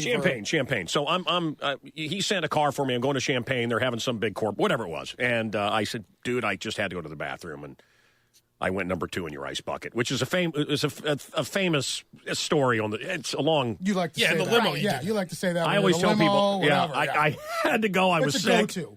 And No pun and he intended. goes, oh, okay, all right. And then like 3 days later, I remember to call him and say, dude, I was kidding. He goes, brother, that's all I've thought about. He said, it's all I've thought about is that you a filthy animal would do that. Oh, my God. In an ice bucket in a limo. What kind of an animal would do that? You can't leave jokes like that hanging. So I get drunk and then I forget to say, ha ha. Right. You know what I mean? Yeah. Yeah. Oh, and Wow, then that poor there kid. was this guy named Claude, and he left his phone on the table. Oh, no. I hope it was Unlocked? lots. And I was That was a texting. mistake. I was texting women and hitting on them, and Oh, God. You're a great This friend. comes Deserved for that. this is a everybody. married guy. You should not be drinking or doing anything that'll alter your Now, state of mind. now, let me tell you something. Like, we have a woman. Our CEO of our company is a woman. That's right. Okay. Now, Yeah. imagine if somebody got my phone. I don't know who these women were. Right. It could have been Claude's mother. Yes. It could have been Claude's boss. Yep. A client. A friend. I'm just going to women. I love your jugs. And why did you do this? Wow. I can't stop masturbating thinking about Oh, my God. Wow. This could have been somebody at church. Right. The guy wears a cross. Sure. I mean, what a bad guy I can be. Could have been his Yeah, mother. that was wrong with you? And then you're bastard people. and then I forgot to go. I forget. See, that's what happens. I forget. I forget to say. I forget to tell them. Oh, I went on your phone. And that's how you get a bad reputation. My point is, That's why you have no friends. Also sleeping my around. point is, Yeah. that's where I'm at 2 o'clock in the morning when I'm partying with people. Yeah. Now a guy comes in with a gun. Right. No chance. And you'd like to think you'd have the wherewithal to pick up a chair, and I wonder why people didn't fight back at that nightclub. But then you realize, what was I doing at 2 o'clock in the morning on Saturday? Right. Just out Slobbering on being, yourself. just barely just walking. being a dumbass. Yeah. No shirt on. That's what you do. What? No shirt No, on. none of them. No. That was, and I know it went through everyone's mind. I don't think we're allowed to go shirtless in clubs here in Chicago. You're not. Orlando clubs are way cooler. Maybe it's just a hotter climate and they're allowed to go without shirts. But every guy in there, is there any, because I want to go to that club. Is there a club where I can dance without my shirt on all night? Because that's fun. That sounds fun Somewhere to me. on Halstead, I'm sure. What's that? Somewhere on Halstead. Yeah, okay. We all had shirts on. So. Oh What a nightmare. my God, people are getting shot, dude. Listen to this. Oh my God, dude. Firing off shots. A real nightmare. A real nightmare. Your thoughts, 591-ROCK, 591-ROLL. We want to hear from you. 746 at the Loop. Momentum Monday. We're going to get back to that. We got more to talk about here. Sports headlines coming up. Let's go to Sonny. Sonny, hi. Sonny, it is. How you doing, man? Kyle, love your show, love your crew. Were you the guy that called earlier? We couldn't hear you? Yeah, somehow I got to drop. Okay, all right. What's going on? Yeah, I'm just relay one more time to. I know we talked about Trump being so belligerent and so mean to everybody, but he was the nail on the head with what he's telling us as far as what we need to do. Well, I think that the line somewhere. I'd like to think that everybody agrees, left, right, regardless of I mean, that's what I like to think. We all agree, right? That people that are coming here should be checked. We should check some ID, but that's not what's happening. So maybe people don't agree. Well, this guy was born here. What are you supposed to do about him? Well, what about the father that's, they're from Afghanistan. 99% of Afghanis believe in Sharia law. It does not work with America. And you say, well, it's free, whatever. Well, yeah, we didn't put up with other evil types of thought, other types of enslavement. And I can name a bunch of them. My thought is, the FBI checked the guy out twice, then cleared him. Yeah. If you file for bankruptcy, that stays with you for 7 years. So if you're being followed by the FBI because you're a possible terrorist, shouldn't they be following you for at least 7 years? Well, That's we're letting more. Right. Yeah, but guys, we don't. Do you want everybody to work for the government? I mean, how many employees do you think the FBI has, and how many kooks are we letting in on a daily basis? We don't know. That's the sad thing. We don't know. A new survey found the most popular fast food place in the country is In-N-Out Burger. I love that. What? I love that. I go to the In-N-Out Burger over on. Oh, wait a minute. Yeah, right. They don't even have them here. I think it's a little overrated. I don't think it's that tasty. It's good, but nothing. I travel. I've had it. Sure. The French fries are fresh. You see them make them. They take the potato and cut it and right in front of you. And all. Order it animal style. But the animal sauce is but there's not a lot of flavor. Right. Second is Subway. What? Okay. Just because of volume. What are you talking about? I enjoy Subway. I like having it my way. I like there's so many of them. I like running through the garden. Are you kidding? I love Subway. Yeah. No, Chick-fil-A. Thank you for my half an olive. Chick-fil-A. Hey.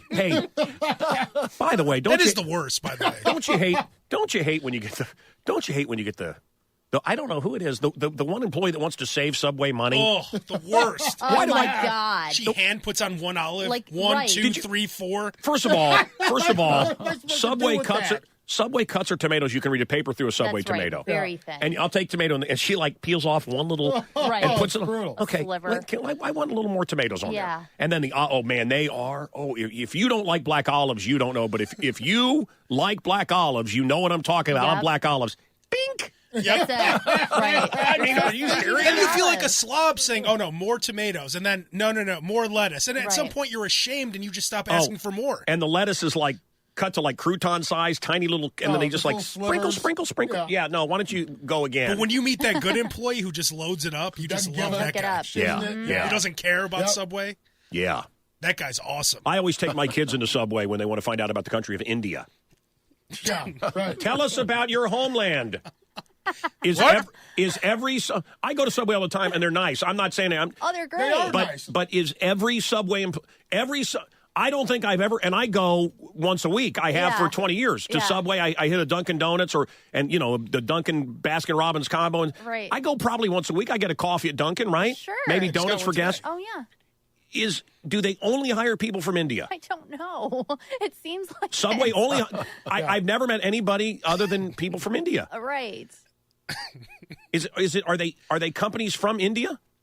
I don't They're know. franchise, so Maybe. It's very inexpensive to franchise, and you make a lot of money. Maybe so that's it. They're smart. They're figuring. One of the most beloved companies, fast food wise, last year is nowhere in the list anymore. Who would it be? Burger King. Chipotle. Chipotle. Oh yes. Wow. Chipotle. Chipotle's not as good now that they are clean.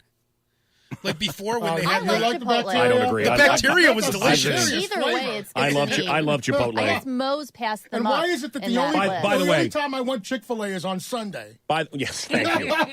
I think it's great that they have beliefs and they stick with them. Listen, Chick-fil-A. Does anybody else think it's way overpriced? Way overrated. So too. expensive. Hey, I'll tell you something, and I think it's expensive. I do think it's expensive, but it tastes like meat. It tastes like fish. It doesn't tastes taste like processed. food. Yeah, it tastes good. Who am I thinking of? Culver's. Yeah, it's Yeah, really good. it is. It's very expensive though. It is expensive, but it tastes like food. Yeah, it burger. does. You ever Good bite fish into and some of these chips. burgers and just go, Yeah, what What is is this? it? I don't know what this mystery substance is. Hey, Chicken Man, how are you? I'm great. I'm telling you, brother, that is some damn good fried. You know, delicious. You know, we talk about how hi, I'm the Mancow. We're going off to Taste of Randolph right now. When is it? Where is it? It is on Randolph Street. It's all the restaurants that are located on Randolph, all the restaurant row. It's a great hub of great restaurants here. Absolutely. A bunch of great restaurants. It starts Friday, 5 o'clock. So this weekend on Randolph Street, did that Dan Krasny from Vivo, did he die? Someone told me that guy died. You know what? That old guy that used to run the place. I didn't get that update. I don't know. I hope he's alive. Listen, guys, so, Abe the Chameleon here. Yes. Fat, sick. Al, Wow. fat and sick. No, he What? lost his foot. I'm doing better. true. I'm doing my best. I was at the farmer's market in Wilmette. Yeah. And this guy goes, it's so weird that you're here. I had a dream last night, and I met a thin, well-dressed Al Roker. And he said, well, no, I lost weight, and I do dress nice. Just because I'm on the radio doesn't mean. He goes, and then I noticed he had 2 feet. And I in the dream go, this is a dream. And now here you are. But I want to tell you, we had sushi in. Right? Right. We had in Joy District with sushi. Yep. We had fresh halibut on salt blocks. Yes. We had in some of the finest, nicest food. We've had in 2- and 3-star Michelin chefs in our studio. Oh, yeah. Okay? Rick Bayless came through. The guy from Millennia came through to talk about his new Grant restaurant. Achatz, That's what? right. Grant Achatz was Curtis here. Duffy came in Yep. from Grace. Love Yep. Curtis Duffy. Mhm. Al. No, like he's looking at a black woman. Hey, no, listen. He only sleeps with white women. Does that bother you? Sloppy white women. Does that bother I'm you? sloppy. Sloppy white women. Does that Not bother you? To each his own. To each his own. To each his man. own. Okay. I'm just saying. Or a skinny white girl. He does that face. Like he's got a little turd under his nose. The fatter, the better for our sportscaster. Hello. High five, Al. There you go. Okay. Anyway, my point is, none of that. I got diabetes. I got the sugar. He says he's got the sugar. Yeah. The sugar. He's I got got the sugar. Okay. Okay. But I got to eat something. Now, a guy comes in. What's your name, sir? James. James, did you make this chicken? I absolutely did. Brother, this chicken is, what's the name of your place? It's Chicken and Farm Shop. Oh! Delicious. Woo! Anyway, this guy comes in with a freaking huge thing of waffles, syrup dripping off the plate, fried chicken all over the top. Yeah. Al sitting there eating it. Kryptonite. He needs his Okay. protein. This is cheat day. I'm sorry, The chameleon over here. No, don't be sorry. I got to eat better. This Licking is mayonnaise off his you fingers. don't turn You this slobs, down. you This slobs is are going to keep. handmade chicken and waffle. You're killing 2 minutes of yourselves. sports in 60 seconds. Game 6 of the Stanley Cup Final. Penguins at Sharks. 4 seconds to go. The Penguins have jumped over the boards. It sails down to the Sharks in short-handed. It's over. Get in the fast lane, Grandma. The bingo game is ready to roll. The 2016 Stanley Cup champions, the Pittsburgh Penguins. Mike Lang, Penguins radio. Pens win their 4th Lord Stanley's Cup. Sidney Crosby wins the Conn Smythe. Not nearly as exciting when it's not the Hawks. When you it's know not the Hawks, yeah. But that was a pretty damn good call. What did you think about them booing Train? You know, Train came out to sing. You know the band Train. Oh, Yeah. sure. Right? Yep. They booed him.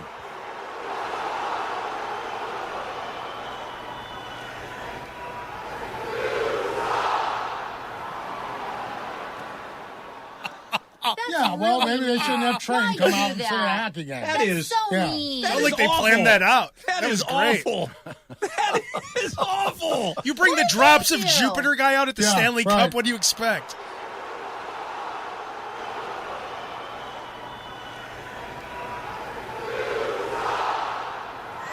God. I love how collectively the entire Oh, my audience God. decided to say that. Was You it on the suck. screen? I know.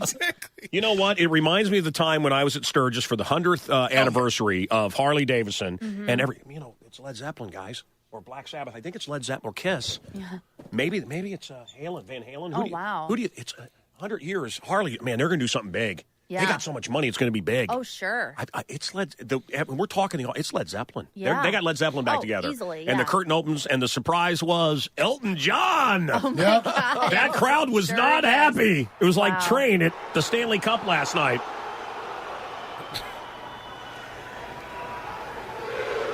And this was after a tragedy, too. Oh, man. They still just like That's trade just for wrong. Save your booze for the people who really deserve it. The White Sox. They lose again 3-1. Tigers come to town tonight. Cubs at Braves for the final time at Turner Field. They're tearing it down. Cubs commit 4 errors, but they make up for it by scoring 13 runs and win 13-2. They're in D.C. tonight to face the Nationals. And Game 5 of the NBA Finals tonight, Cavs at Warriors. The Cavs can win it all tonight, but power forward Draymond Green is suspended after trying to hit LeBron James in the nuts during Game 4. Oh, hey, that guy keeps trying to hit people in the nuts. He's been hitting people in the nuts. He's a nut knocker. I don't like nut knockers. Sports brought to you by Shelton Fireworks in Porter, Indiana, home of the big ones. Yeah. Have you ever had somebody, a friend or somebody, was a nut knocker? They like to come and just give you a little tap in the. Yeah. Men, you ever seen that, Kathy, with men? Yeah, I've seen it. It's weird. You have a brother. I bet he's a nut weird. knocker. Believe me. Yeah. I bet he's a tonsil knocker, actually. But anyway. This guy's come up. That guy Marv we were talking about used to do that too. Remember, he's come up, kind of give you a little tap in your privates. Yeah. Like, dude. Ew, that's weird. I don't get that. That Rooster McConaughey does that to me. He likes to tap testicles. That's kind of his thing. Rooster, how are you? Hold on, man. Hold on. I'm just kidding you. How are you, Rooster? Never been in that tapper. Never been in that tapper. How you doing, Rooster and Butch? What are you guys doing? Doing good. How you doing? I love West Texas Investors. What's that other show? I can't hardly watch CNBC, but I do like that show. You like The Prophet? I love The Prophet. I love that show too. Is it about Muhammad? No, it's not. It's about this really brilliant guy. Marcus, He's actually Lemonis. Barrington guy. This guy was telling me. Do you remember the guy Claude I was talking about? Yeah. Earlier, he's got a 22-year-old daughter. He's like, Marcus took a great deal of interest in my young daughter. Oh, I bet. He kept complimenting her shirt. I said, do you think he was just looking at her breasts? Yeah, maybe. No. Anyway, what's going on with the West? These guys are billionaires. They're Texas boys, and they are the West Texas Investors. And tell me what you got going on, fellas. Butch? Well, guys, we're just us. We're not we're billionaires with an M. I thought they were asking for Kathy. So we're just trying to be plain old simple country folk, and try to convey that message to the rest of the country and to these young entrepreneurs, young and old entrepreneurs that's coming to see us. Well, brother, that's what I love. That's what this show is all about, man. I love, you can get anything you want in this country. Work hard. You know what I'm saying, Rooster? Work hard. We believe in the entrepreneurs. We believe in work ethic, and that's what these guys preach. Rooster and Butch, the West Texas Investors. He just throws the bike on the ground and takes off running on foot, so I went ahead and roped him. Did you hear this story? This good old boy had his lasso. Someone stole a bike at a Walmart parking lot, and he pulled out his lasso. What? Yeah, and lassoed the guy on the bike. Oh, my God. He just throws the bike on the ground and takes off running on foot, so I went ahead and roped him, and when the rope went around his feet, I just caught him, and I was like, gotcha. I don't know about hero, but I feel like I just did the right thing, I think if there were more people out there that would do the right thing, we wouldn't have all the chaos that we do. Rolling, though the streams are swollen, keep them doggies. The Blues Brothers. Kind of like the Wild Wild West, it was kind of crazy. I thought it was a joke at first. It was like a movie. It was awesome. The Lone Ranger is what I thought, the first thing I thought. He needs some kind of award or something because, that was brave. The Blues Brothers were not the Blues Brothers when they sang this song. What were they called at that country bar? The bonus question, 8 o'clock. We'll give you tickets to go to see Dennis Miller in concert. Maybe we'll send you. What's the name of your place? Chicken and Farm Shop.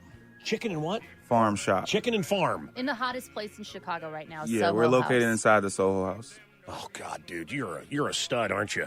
You got it going on. Enjoy this part of your life, because I want to tell you something. It's downhill from here. That's what I heard. That's the word on the streets. Come here. So what do you think? You're into nutrition, Brentwood. You've seen this guy turn down all the great food, and yet he is gobbling sugar bear over there. He lost his foot to the diabetes. Is it just the way we're wired? He can't resist a big plate of chicken obviously it's and his waffles. weakness, but I'll tell you right now, this particular chicken, I have to agree with him. But I don't care. What I'm saying is, I'm picking my spots. saying the old Al Roker Jr. would have eaten every little bit of everything that's been coming in here. Do you remember when we had you eat that whole sheet cake and then you had a heart attack? Oh, my God. It was ice cream cake. He ate an entire. I was trying to fit in. It was my early days on the show, and then I was trying to fit in. He went into sugar shock. Poor Sugar Bear, and he had to be rushed to the hospital. Oh, my God. Oh, Sugar Bear. Sugar Bear is smarter than your average bear. Sugar Bear is always in Mancow's hair.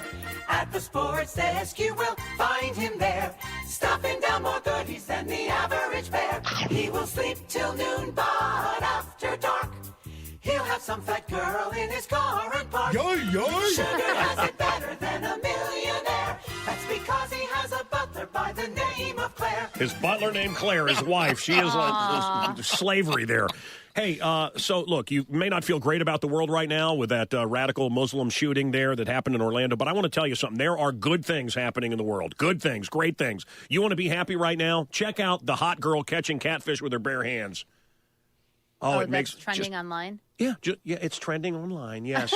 It's a beautiful girl just noodling. You know what noodling is? It's catfish. You catch catfish with your hands. Just don't let it spin on her. It gives me That's wood. what I'm talking about, Hannah. Hold that big old fish. That's like hillbilly porn. That's what I'm talking about. That right there going to be good and some grease. Yeah, I'm just Why does telling everyone you. who catches catfish sound like that? Yeah, man. Brother, you ever caught catfish, man? It's good. It's disgusting. I'm just telling you, I don't know what it is. Yeah. Looking at her, man, this hot girl catching catfish with her hands makes my Woody come out and say, good morning. You're about the guy that got carjacked, but I love this. See, this is what you got to love, except for when they can't shoot and they shoot a kid. Yeah. But you got to love these gangbangers. They can't run from the cops. Their asses are hanging out, right? They can't shoot each other. These guys get hit 7 times. They don't die. They're so stupid. This carjacker, so stupid, he didn't know how to drive a stick shift. I just kept thinking, about my family, everybody, my girlfriend, my boys, and just what it would be like without him. I honestly thought that was going to be the end of it. He wasn't here, and I kept trying to explain to him that he needed to engage the clutch. He said, I can't do this. He's like, you're taking me. You drive. I keep replaying it. I'm glad I was alone. It was just a scary feeling, but, I'm here today.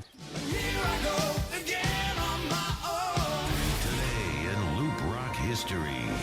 Let's do it June 13th and head back to 1987 in Loop Rock history, where Whitesnake peaked at number 2 on the Billboard 200 chart with their self-titled album. It was actually the band's 7th studio effort and their most successful, having sold over 8 million albums in the U.S. to date. With songs like Still the Night, Is This Love, Here I Go Again, Tawny Gatane, Rolling All Over a Jaguar, and the video, it's easy to see why this album charted and sold so well. Flash to 2015, where Whitesnake released their most recent album and currently are embarking on a U.S. and U.K. tour, which kicked off at the beginning of this month. Today, we salute the monster album that perfectly epitomized the 80s hair metal genre. That's your Loop Rock history, and I'm Tim Virgin. You're going to be going in the Soho House there. You're going to be eating at this fabulous chicken and farm shop. We got $50 for you. Goes a long way. Tell me the name of the Blues Brothers band when they're in the country bar. Call us and win. You know the right answer, right? You know the name of the Blues Brothers when they're acting like they're a country band. What was the name of the band? Moments in the history of the show is we had the guy who was the lead don't say it. singer Don't give it of away. Don't give it away. That guy was great. The real lead singer, the real band in the movie The Blues Brothers is what you're saying. Yes. 809 at 810, I'm giving away this other shot to go. We'll give you all the details here for the Rolling Stones. Got a few little things I got to do here. So, news headlines coming up. Anything going on in the world? God. Yeah. Do you ever look around and think school and parents and nothing prepared me for this. Nothing prepared me for this. Right. My kids were asking about what's going on. And, I called some experts. And they felt it was too young to tell. My kids are 10. Felt they were too young to really give them too many details. Certainly a child that's 4 or 5, you don't want to talk to them about what happened. Older kids, you answer their questions. And a teenager, you just tell them, you know. Right. But it's tough for a young mind to wrap. It's tough for my mind to wrap around all of this nonsense. So I don't think we should give up any more rights for the sake of maniacs. But really, if we give up our freedoms, what do we win? Rivers Cuomo, you know who that is? You knew who that is? Yes. Who is it? Kathy, do you know? No, I don't. You don't know who Rivers Cuomo is? Mm-mm. I thought you would know. You and your hip DJ boyfriend. No. Lead singer of Weezer. He's the reason that hipsters wear thick black glasses. Yeah, that's right. No, he really is. Yeah. He really is. So I thought you would have really gotten into him. The Conjuring 2 killed at the box office. Just made killed good everything. money for a horror film. Warcraft was a flop. Hard to believe. Did you see the ads? Hard to believe anybody even went. The Fault in Our Stars. Do you know this movie? Have you heard about this? Yeah, it's a really romantic movie about a sick girl. Yeah, I guess that's a common thing. Love stories with death. Yeah. Love stories. There was one called Love Story, right? Love means never having to say you're sorry. Right. Moulin Rouge, Leaving Las Vegas, Harold and Maude, Bright Star, Me and Earl and the Dying Girl, Keith. I don't know Keith. Do you know Keith from 2008? Never heard of it. Dying Young, I remember that. Me Before You, which is in theaters right now. Yeah, that's supposed to be a real tearjerker. Yeah. Do you like those kind of movies? I don't at all. Like, I don't want to feel sad when I go to the movies. it's not. I'd rather watch The Hangover or something like that. So instead of a love story, you'd rather just see a movie with like a happy cream pie at the end. That's right. Yeah, like a pie Debauchery. That's what she told us. Yeah, pie that's fight. right. She a told happy us. cream pie. Oh, why was I? Wait a minute. Why was I playing Pie Love pies. Boat? Why was I playing Love Boat theme? Oh yeah. So I just got off a cruise ship because my career's out to sea. I'm the longshoreman of comedy. It's great. I don't know if you've been on a cruise. I was on the biggest ship. I'm not saying it's that big, but it had a Sam's Club is all I'm saying. This ship was 7,000 passengers. In 1 week, we used 85,000 eggs. 85,000 eggs in 1 week. All I could think about, somewhere, there's a chicken.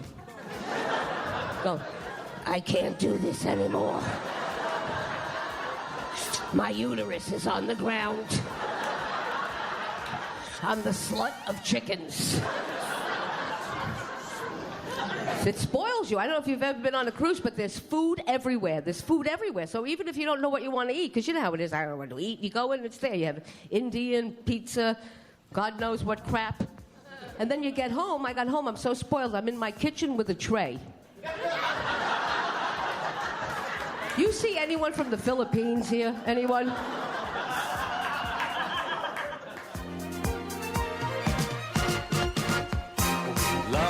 Hey, Sum 41 is putting out a new CD. Oh, no. Oh, and I got other news for you. A dude with a Nokia just, undid his cargo pants and screamed, "What's up?" Yeah, very 90s. Talked to a guy about his Dell. Right. Hey, look who it is, Jeffrey Leving. Hey. The father's rights advocate. How are you? Well, how you doing? I know you're really religious. I brought you a present here. Religious, yes. A crucifixion period My family Roman was nail. celebrating Ramadan. It's over a very important time for us. What is this? It's a Roman crucifixion nail. It's over 2,000 years old, and there's a widow's mite with that, which is over 2,000 years old. That's like a hundredth of a penny was the value. It's okay. Right, and it's mentioned in the Bible by Jesus. Yeah, I do. Yeah, a woman gives him a widow's mite, and everybody laughs, and he's like, that's all she had. So if a rich man gives $100 or a woman that has nothing gives a cent, right? What has more value? Exactly. So, but I don't think he's given me a nail. This is like from like Larry David. That's what I asked him. How do you know that that's real? No, but because Jeffrey Leving says so. But Jeffrey, why would someone want a nail that was put through someone's hands? Well, that may not have been used for that purpose, but it is confirmed to be over 2,000 years old. It was used to build a house. And here's the cover for it. Here, you can have the whole. That's a really nice gift and That very is thoughtful. very nice. Thank you. Oh, thank you. A crucifixion nail and a widow's mite. Someone wash this man's feet. All you have to do is bring the Pope in here. Let him wash Jeffrey Leving's feet. Jeffrey Leving, what is your website? dadsrights.com. It is 8:15 right now. We have to give away a trip to see the Rolling Stones in Vegas. You're going to stay at the Aria Hotel. Awesome. We're giving you spending cash, and we're paying for your airfare, and you're getting 2 tickets to the Stones. Did I mention 2 tickets to the Rolling Stones in Vegas? That's an the awesome Aria price. Hotel At the new is T-Mobile Arena, gorgeous. which The is nicest. beautiful. Isn't that where they're going to have their new hockey team? If they have a team, yes. You think it's going to happen now? They're going to end up with a professional team. Wow. Could be the Raiders. Oh, that'll be Wow, awesome. that'll be awesome. Mel Gibson, you're talking about this crucifixion nail. Mel Gibson is working on a sequel to Passion of the Christ. Did you see that? How do you do a passion or Yeah, a a sequel. sequel? How does that Actually, work? they missed the most important part. I sat with Mel Gibson and Bill Hybels Yeah. at Willow Creek and watched like a month before it came out. I watched this, it's the most successful independent movie in history. Okay. The Passion of the Christ. Okay. Well, they missed, the resurrection. That's a pretty important part. So this movie will focus on the resurrection, but I guess it also is going to show his role in all those NFL touchdowns. So that's good. Nice. Why is Jesus so interested in NFL touchdowns? Apparently he is. They're always pointing to him. Guy in San Diego, did you like that? Got his car jacked. Kathy, which reminds me, I want to meet you in the parking garage after the show. Okay. I need a carjacking. Did a tumbleweed just blow through the studio? Did I make the alderman uncomfortable? How are you, Alderman? I'm good, Mancow. How are you? I'm great. You're doing a great thing. I want to talk what you're doing. I want to talk about what you're doing for the vets. These guys are, you really realize that off-duty cop that went in there in Orlando and saved some lives. Right. Heroes. It's Sure. easy. It's easy to hate on cops. Boy, I sure hate on cops when I get a ticket for no reason. Oh, yeah. They're ticket happy around here. Right. Really pisses me off. But look, we need them. Yeah. And soldiers, great heroes. Right. So I've been thinking a lot about our soldiers and law enforcement as well this weekend. So we're going to tell you what the Alderman's doing here that's so wonderful. I want to give away this The Rolling Stones. Yeah, I just so awesome. So let's do that. First, I got to take a winner.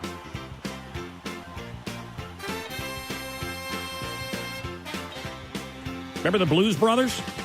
We're so glad to see so many of you lovely people here tonight, and we would especially like to welcome all the representatives of Illinois' law enforcement community who have chosen to join us here in the Palace Hotel ballroom at this time.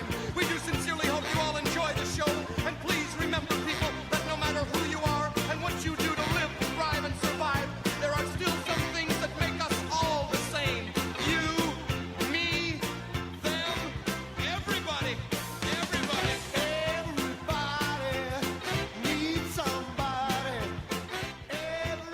When they needed to make some money, what was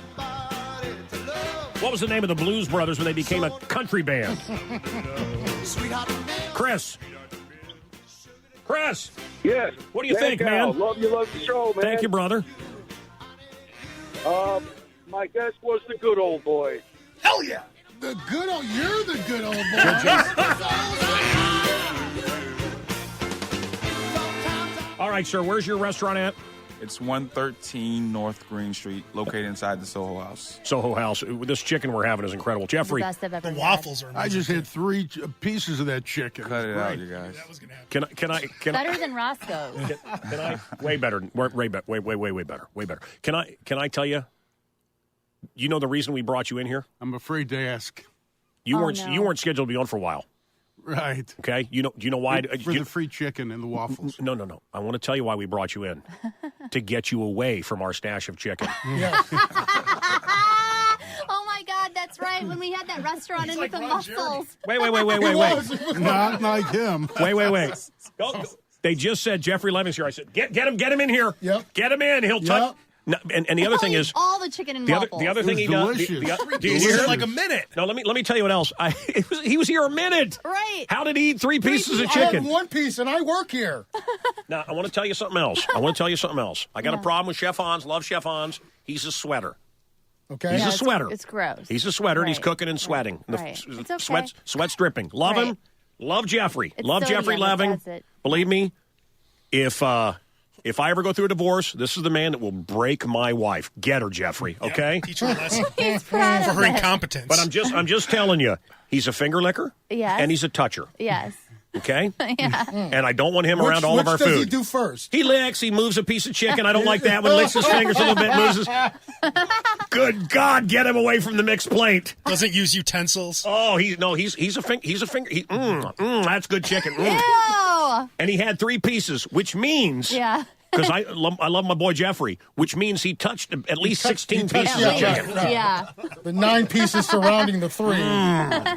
Questionable. You know who Jeffrey Leving is. You've heard his commercials here on the show. Of course. All fathers, please listen to this important information from Father's Rights Attorney Jeffrey Leving. Fellas, you ever been going through some hard times with your woman, you lose your job or something, and your woman tries to console you and say, hey, baby, don't worry, we're going to get through this.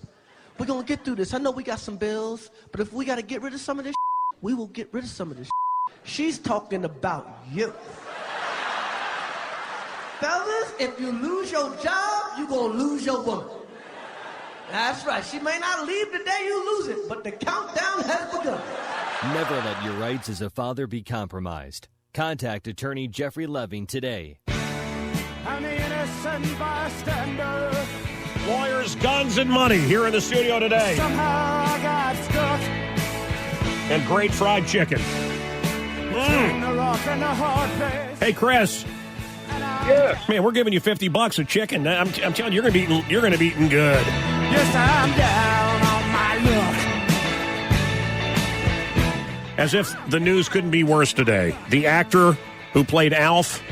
Oh yeah. He's 2 feet 9 inches tall, about the size of our technical producer DJ Love Cheese. 2 feet 9 inches. Very little. My God, my junk is bigger than Alf. That's right. Anyway, he just slipped into a coma. So sad. Yeah. Would he eat a cat? Terrible. Ate the wrong one? Funny. Wow. That's what Elf used to do. He used to eat cats. Wow. Wonder what Willie thinks about it. Go ahead, Kathy. What? Will you guys just sleep together and get it over with? Seriously. It's unbelievable. Everything he says is the funniest thing. Sorry she didn't laugh at your joke. Exactly. I'm over here working my ass off. I'm a bigger name. Let's do the, let's spin the wheel here, man. I want to do this. We're gonna take a call at random, and everybody's going to get a number, and one of those numbers, it's Rolling Stone Roulette. One of those numbers is going to... we're going to call up the number, and you call in, and we'll send you to Vegas. You'll stay at the Aria Hotel. It's going to be great. And gentlemen, here we go. Please welcome a Rolling Stone. Thank you very much, Las Vegas. Hey, what's your name? Hello. Hello. Hi, it's Kathy. Kathy what? Kathy Domain. Kathy No Name? What'd Kathy she say? Domain. Kathy Domain? Gilmain? Yes. Spell it. Domain. Okay. Domain. And where are you from? I had domain poisoning once. I must have eaten a bad beaver. What's up? Thank you. Hello. Is this thing on? Hello? Yeah. Hello. Did Alf eat a cat? Hello? Is that what happened? That's why the guys in the... Thank you, Kathy. Go back to Alf jokes. I didn't realize Alf jokes were so big with Kathy. No idea. My God, a big Alf fan. Who knew? I'm sorry. Kathy? Yes, hello. Good We're morning. tell me when to push the button, and we'll electronically spin it here. Okay. Tell me, just say when. Or go. When. Okay. That's just a sound effect, but it will land on a number here. What's wrong, Jeffrey? Jeffrey, what's wrong? He's going to read it. Oh, yeah, okay. Jeffrey, what's the number? Once it 19. 19. No, 19. No, 19. 19. 19. Up next on Mancow. Kathy, you're 19. That's the number. Hopefully Friday you'll hear 19. We're going to do it again tomorrow at 7:10 and then 8:10. Alderman, I know you want to talk. I want you to talk. I feel bad. We're going to get you, okay? No, we're good. Is there a website people can go right now and find out about what you're doing? Yes. cityofchicago.org/help a hero. Help a Hero. They're doing something to help the vets, and I'm standing with them on this. Nice. Hey, Jeffrey, thanks for bringing me a crucifixion cross. Nail. 2,000 years old. I'm sure that was very expensive. Well, that widow's mite is described in Mark. In the Bible, it's very significant. I know. That I told the story I earlier. know. Where were you? I'm right here. Licking your fingers and touching my chicken. Mancow.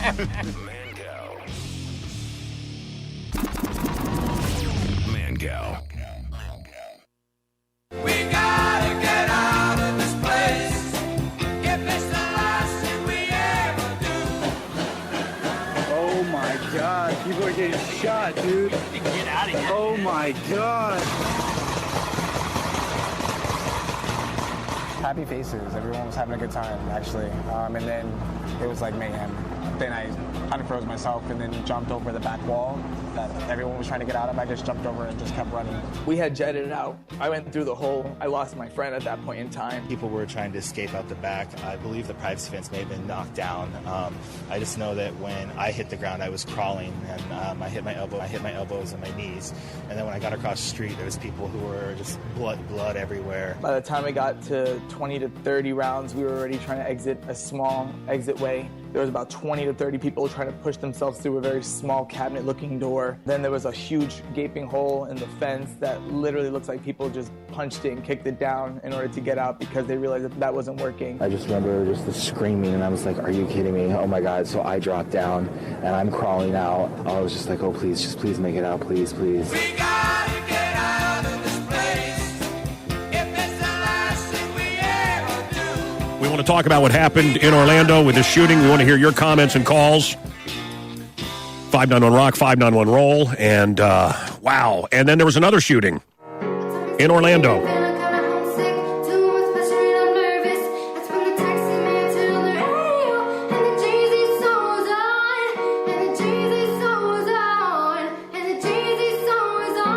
This was her first YouTube video, which made her a sensation. Yeah, Love, you were a fan. Christina Grimmie was amazing. She started out on YouTube and amassed like millions of followers and subscribers. Stop eating.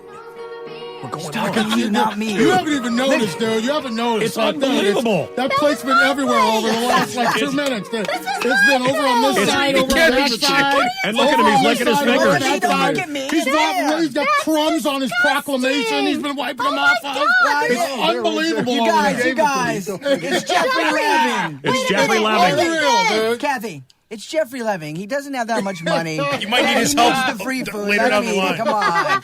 There are crumbs everywhere. You eat like an animal. What is wrong with you? Do you know what I found out? What? You know, Jeffrey Leving. How many lawyers you got working for you? 25. Okay. Okay.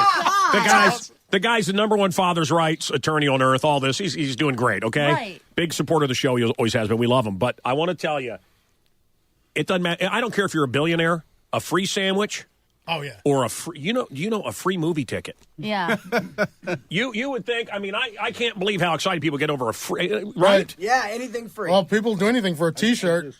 Christina Grimmie, thank God for her brother there who brought down the guy. Been 2 big ones in Orlando because he was going to kill others. Yeah, he tackled Also, them something we have not mentioned. You know, there was another guy headed out to do a mass shooting at a gay pride parade in Los Angeles that they call it. Yeah. And he had his assault rifles taped together so that he could pull all the triggers at the same time and have multiple guns shoot at the same time. And I believe they let him go.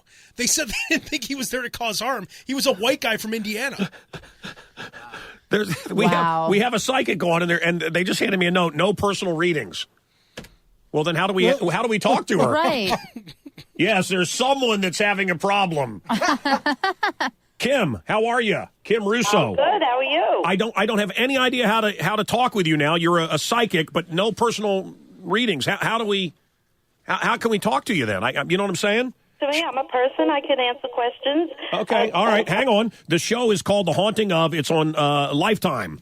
The Haunting of, and she's a famous medium. It's a #1 rated show, and she sells stories and details of different celebrities that she's spoken with. Yes. Well, the first thing I thought of when I saw and they sent a list of celebrities that she's had on her show. Yes. She's got a book out. The first name that popped out was Roddy Piper. Tito Ortiz, Regis Philbin, Vince Neil, all these people. Kendra, Meatloaf, all these people have been on the show. So Piper just recently passed away. So what did you say to Piper?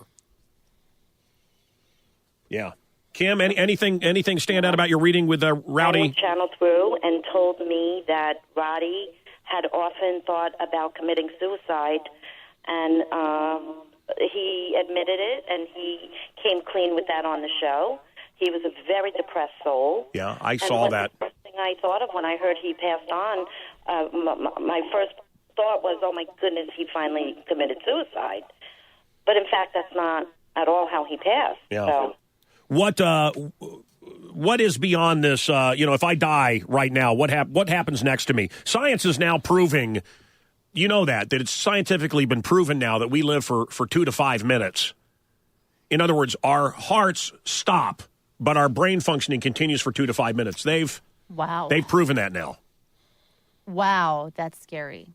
So that's why when your loved one's dying, you should keep talking to them. That's right. It makes a big difference. Tell them you love them. Tell them everything's going to be fine. You hope. So what happens? What happens if in the world? Our soul is pure energy, so it exists. Kim, it just starts to vibrate. Yeah, Kim, the physical 3-dimensional world. Kim Russo, the happy medium. Kim, can you hear me? Yes. Okay, so I have a grabber right now. I have a heart attack. I die. Boom, on the floor. What happens? What happens next? What happens next is you go home, baby. You go to where you came from. Your beautiful home with all your family, all your pets, and everybody that is supposed to love you that you lived with here. You'll see everybody. What about a mass murder? What about that shooter? Where does he go? Does he go to hell? No, I don't know shooter, but I think he's a big teddy bear. You think that no, wait. You must not understand what I'm talking about. The shooter, the mass murderer in Orlando. Oh, I thought you were talking about your radio host. No, I am. Listen, there is a lot of what we have to judge ourselves. We have to live with the pain that we inflicted onto others. Absolutely, and that's no picnic. That's not going to be heaven. We have to first come to terms with the pain we caused everybody else in our life, and we have to suffer that pain first, and then Everything else is up for grabs after that. I can't judge where they go Yeah. after they come to terms with what they've done. But they don't get away with what they've done. Yeah. All right. The show is The Happy Medium, The Haunting of, on Lifetime. Thank you, Kim. She says we are pure energy.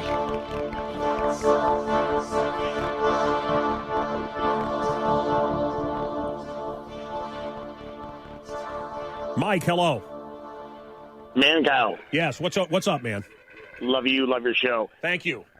I wanted to call. This is opportunity. I hear that you have, Leving on there. What it is, I am a father who has fought, given everything I have over the last 3 years. Wait a minute. Are you in the middle of a custody battle right now? I ended up having to sign off. No, hang on, because I want to get Jeffrey Leving on. I want to make sure. Hold on a second. The number was 19, right, for Kathy? Yes. 19. No, 19. 19. But it wasn't. It was different in many ways. We're going to do roulette again, Rolling Stone roulette for this trip to Vegas tomorrow at 7:10 and then 8:10. That's tomorrow morning. He was 26. In Vietnam, he was 19. In Vietnam, he was 19. ADD News, attention, justice disorder news. Hang on, Mike. News. Free consultation live on the Fast air. and hard and in less than a minute. People killed by a gunman in a gay nightclub in Orlando. Homemade device exploded at the check-in area of Shanghai's busy Pudong airport. Police in Florida say they are not sure why a 27-year-old man shot and killed singer Christina Grimmie as she was signing autographs after a concert. The 70th annual Tony Awards. Belmont Stakes, one heck of a horse race. Too close to goal!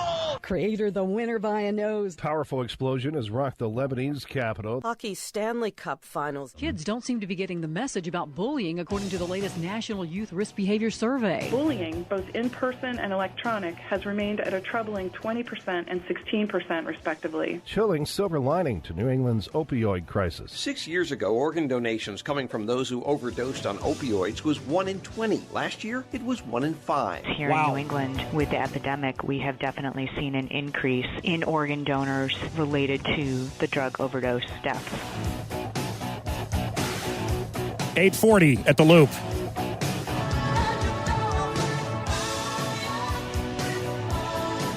It's now time for Mancow's Mad Moog Mega Giveaway. Take it away, Chip.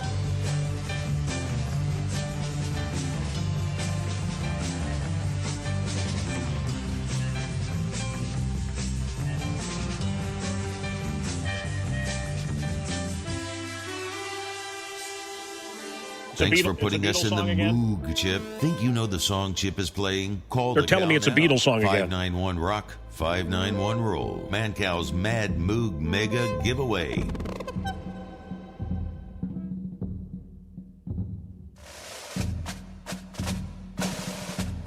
It's a Mancow show.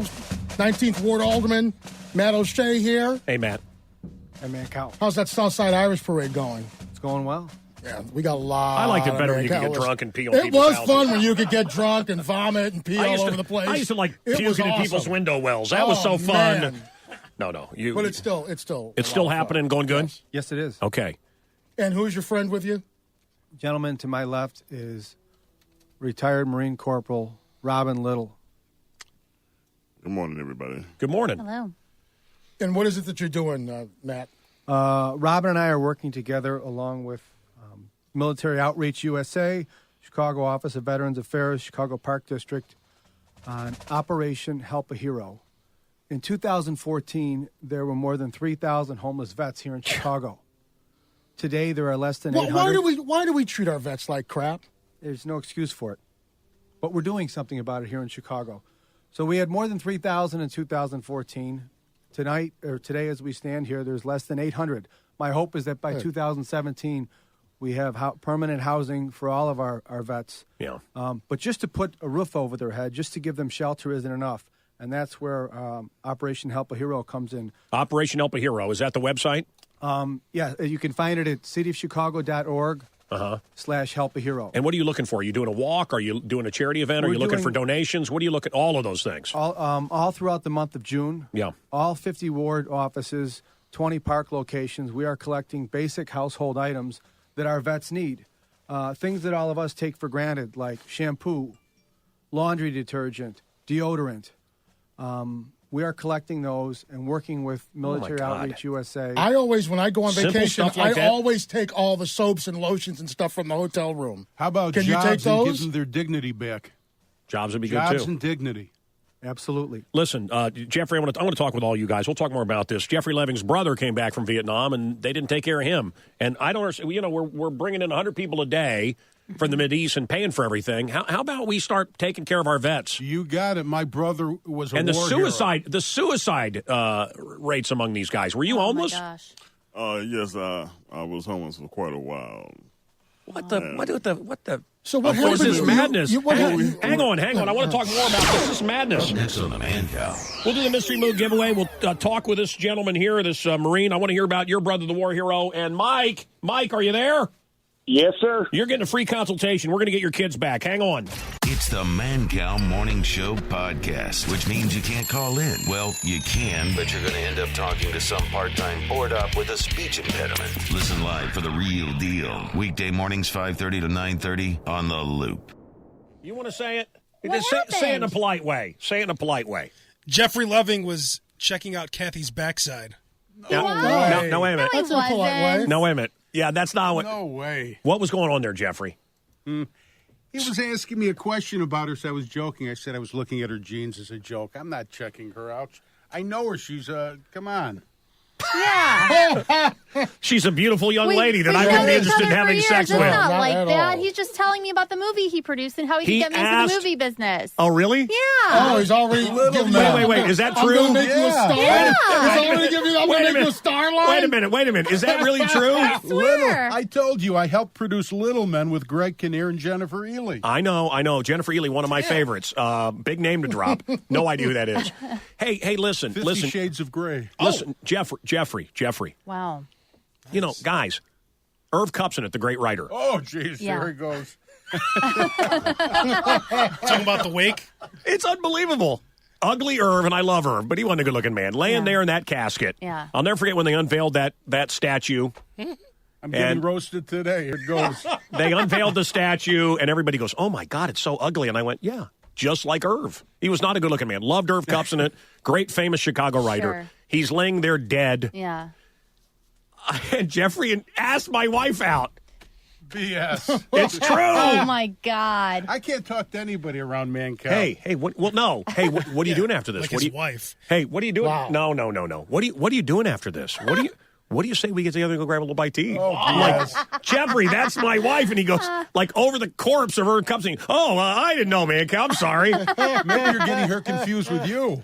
Oh. Damn. Yeah. What? Anyway, Jeffrey, your brother comes back from Vietnam, a war hero, and the government did nothing for him. We got a guy here who, a Marine, homeless.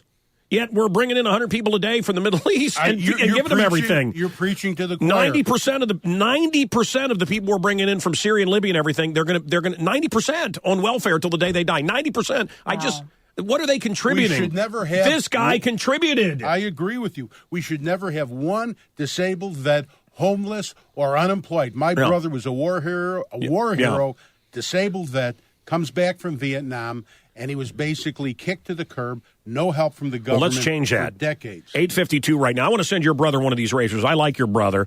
And is your dad still alive, Jeffrey? No. No. Okay. Anyway, He ate him. that is horrible. mean. Oh, sorry. Oh, Jeffrey didn't like that one. Jeffrey, He's not joking anymore. Jeffrey Jeffrey Jokes are Leving. over in the Leving house. It's over. Crossed the line? Sorry. He's picking up chicks at a funeral. I crossed the line. No, You got that? no, he wasn't picking up brother. chicks. He was picking up my wife. My favorite is he was checking out Kathy as she left, and he goes, "I was just noticing her jeans." I got to say that. Think about that comment next time you ask me for legal help. Oh! Wow. Ow! I need legal help. You said I ate my dead brother.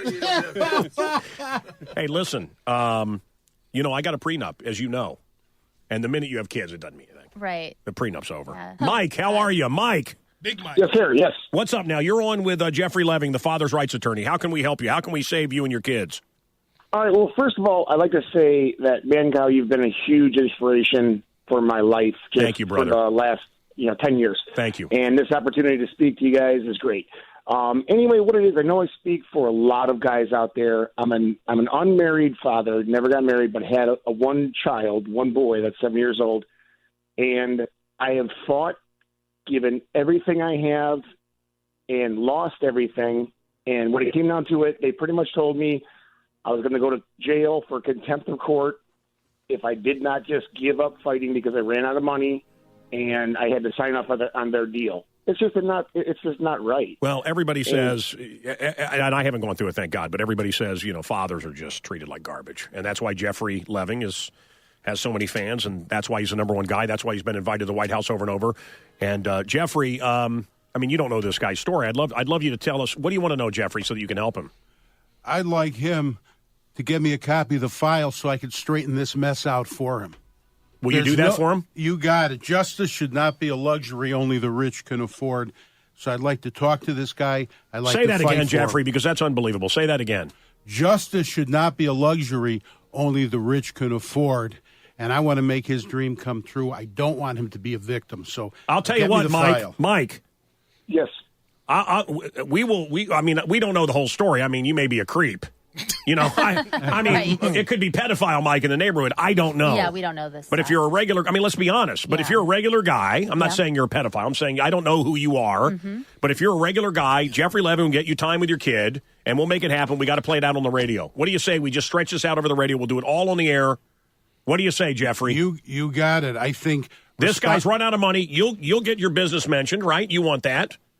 More than ever, I want him to have justice. See, how nice is that? This is a good man. This is a good man. I'd really like to make love to him right now. I'd like to shave him. I don't know. Okay, guys. Listen. So, where did you serve?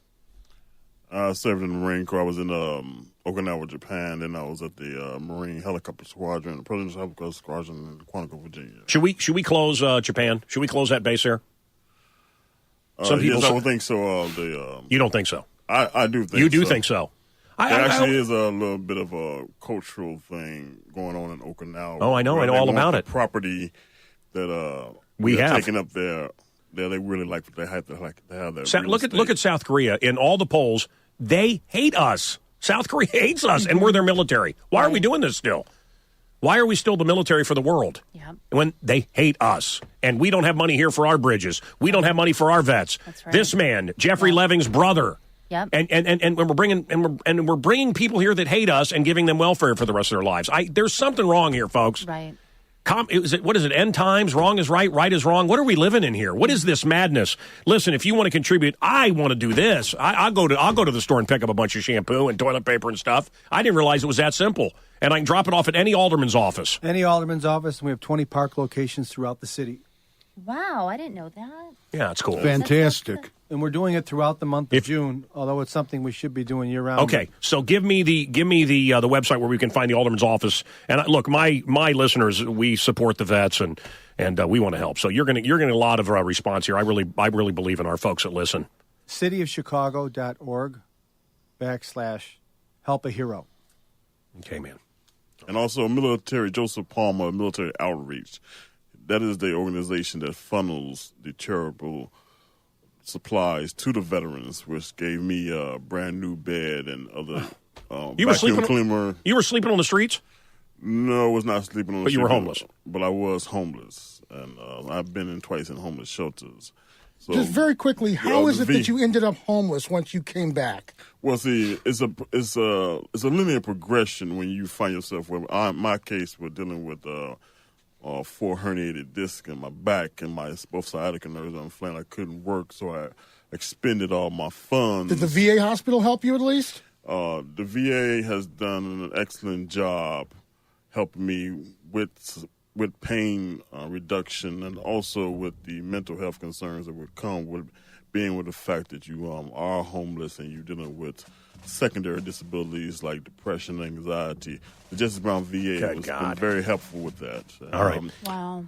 You have to say there are exceptions to every rule, and it's not like the Department of Veteran Affairs is uncaring. They do have a mandate, and they are very serious.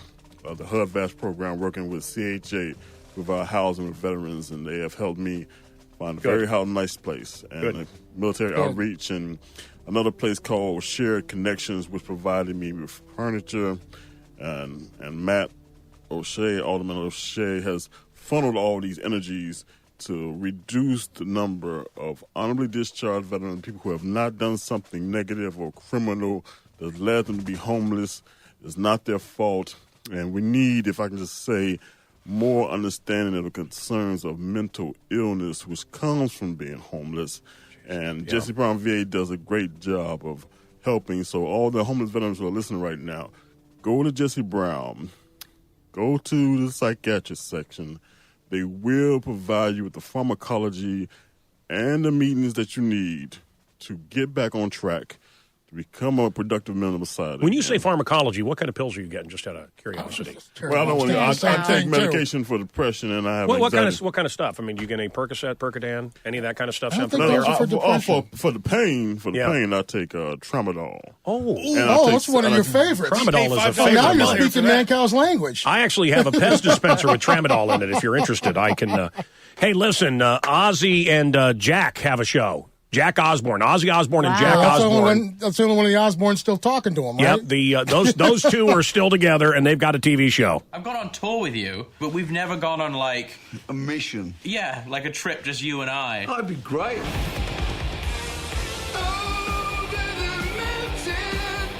We are going to be circumnavigating the world. What does that mean? Going around the world. I never went to school, so it'd be an education for me. Yeah. What do you like about history? It's just how we got from there to here. We're going to go and explore periods of history. When you came up with this idea, I thought you were crazy, but it sounds kind of interesting. What do you know about the Mayans? Not a great deal. They built them pyramids, and they lived in the jungle. Well, they invented nothing. What do you mean, nothing? They invented the concept of nothing. Well, I'm getting an education. Come on in, yes! All right! Yes! Father Mancow, what are you doing, my brother? How are you, my friend? I'm doing good, man. This is a big day when Zach Wilde comes to town. I want to tell you something really important to me. There's a few songs in my life that have meant everything to me. I quit a couple Octobers ago. I was done. I didn't want to come back. I didn't miss radio. You go around and do these radio shows. I didn't miss it. I didn't miss the hassle. I didn't miss getting up. I didn't miss the middle management pukes, the program directors, as you know, morons. And got an offer to come back here to Loop. Love the station. Great rock station. Playing rock. Having fun. Good. And then what came on was I Don't Want to Stop. And the song spoke to me, and it seemed like a God thing, and I said, you know what, I'm going to do it. That song gave me the vision and the dream to come back here, and that's why I'm sitting here. I was done, bud. Did you play on I Don't Want to Stop? Yes, that's me. That would happen to be your brother, Zach. Well, I want you to know, brother Zach. I'm Father Mancow, your brother Zach. Yes. I want you to know. I just sat and listened to it over and over. This was the song.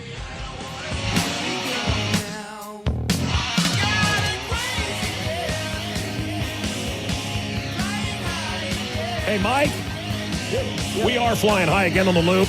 I want you to be flying high again. I want you to get your boy back. 7 years old. What's his name? Zachary. Zach. Oh, I love the name. Zachary. We're going to work to get Zachary back. Am I right, Mr. Leving? You got it. What's the, you got it. What's the, you should be over on the TV station, the you. You's got it. We'll set it. What's your website? dadsrights.com, dadsrights.com. You know, when I hear about deadbeat daddies, I got no time for them. I've been out drinking with guys. I've told this story. I'm not going to tell it again, not in detail, but some guy, I haven't seen him. My wife's crazy. She's a bitch. I haven't seen her in years. Yeah, you got kids. Well, yeah, you know, she, really? Right. So she's crazy. Well, I get it. I'm married. I get it. Right. But what about your kids? Yeah, you left your kids? Wow. I can't stand deadbeat dads. My dad never paid $1. He owes my mom hundreds of thousands of dollars. Listen to this. Two sons didn't pay $1. Not $1. His father. Wow. 2 sons, not $1. And she took him to court and everything. Okay. She didn't get anything. She didn't hire Jeffrey. That's the problem. Okay. No, I don't know. My point is, guys, I got no time for that. Yeah. Okay? Yeah. But guys that want to spend time with their kids, and then they're treated like this by the legal system. So sad. So that's where Jeffrey comes in, and that's why he's a hero to men that want to be with their kids. Absolutely. All right? Yeah. So thank you, Jeffrey. Can I kiss you? Up next on the Mancow, Chicago is on. Up next, we're going to take your calls. We got a Mystery Moog song going on. And any comments you have about the massacre in Orlando, call us 591-ROCK or 591-ROLL. The Loop, running for office on a free lap dance platform. All right, guys. This is 9:16, Christina Grimmie that was killed in Orlando, many are saying was just like Pantera's Dimebag Darrell. Pantera posted a message on Facebook saying club venues have to start protecting their artists a little more. I always said you could tell how popular a band is by how easy it is to kill them. That's good. Like That's neat. That's a good thing for you to say. No What an idiot. Rod Stewart is now Sir Rod Stewart. The Conjuring just killed everybody at the box office. Wow. Warcraft is a flop. Harrison Ford said he went in to get a colonoscopy, and the doctor thought it'd be funny to play this. That's what I want. The theme to Indiana Jones. Over the weekend, somebody yelled out, "Free Bird!" at the Bob Dylan show. Oh, no. He played Free Bird. He did? Nice. Yeah. Wow. Yeah. That's pretty cool. Do you know that Chicago is the number one place people want to leave in North America That's right. because of the high taxes and violence? Yep. This blew me away. There's no way this can be true. There's no way, but it is. Chicago's population was 1 million more in 1950 That's crazy. than it is today. Wow. Chicago's population was 1 million more in 1950. It makes sense. Well, they made it very unlivable. Very tough. 9:17. Your calls. We want to hear from you. 591 Rock, 591 Roll. We're going to talk to the king of the Gigolos coming up in 20 seconds. I want to give you this clue again. We got something to give away. It's now time for Mancow's Mad Moog Mega Giveaway. Take it away, Chip.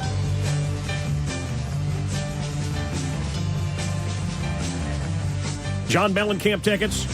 It's a Beatles song, but you can see John Mellencamp at the Chicago Theater October 25th. What is this?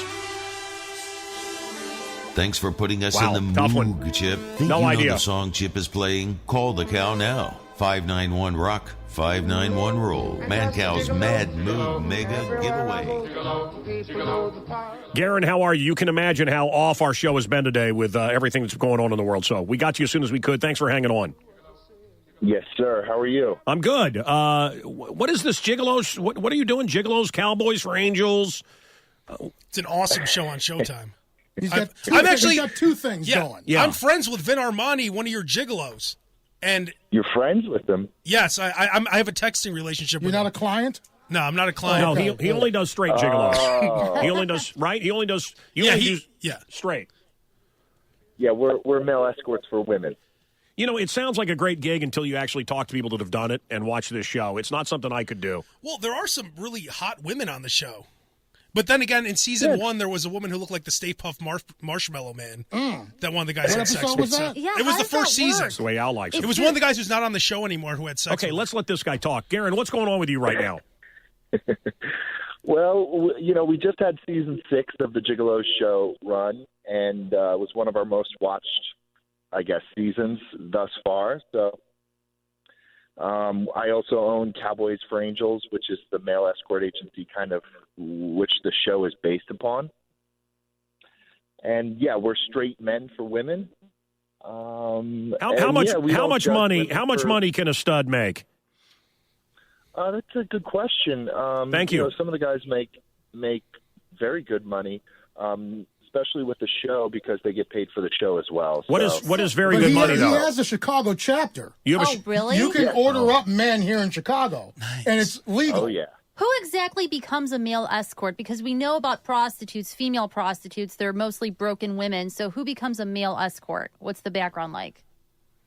Well, I don't think... I like Jeffrey laughing. Well, have sex with Wait a minute, I thought I recognized Jeffrey from somewhere These else. guys make real money. This isn't like hookers on the corner. They're making thousands of dollars. We're not. But who does this? No, prostitutes sell sex. We follow the law. We're a legal running escort agency. We sell the men's time, companionship.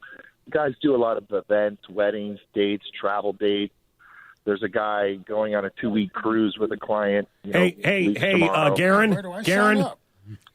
Look, my wife is. I can go on cruises with fat chicks. I've got a trophy wife that is hot. Yeah, but Al, these guys are hot. You're a slob. Oh, what? Slobs aren't looking to pay another slob to go with them. A slob can get a slob. If they want a hot young guy, they got to pay for it. But I'm just telling you. I said to my wife, look, when this is over, if she died or something, whatever. Right. I just want to travel the world, and I said Sure. I'd like to find a rich woman Yeah. a rich older woman. Really, you couldn't do that? It's like what?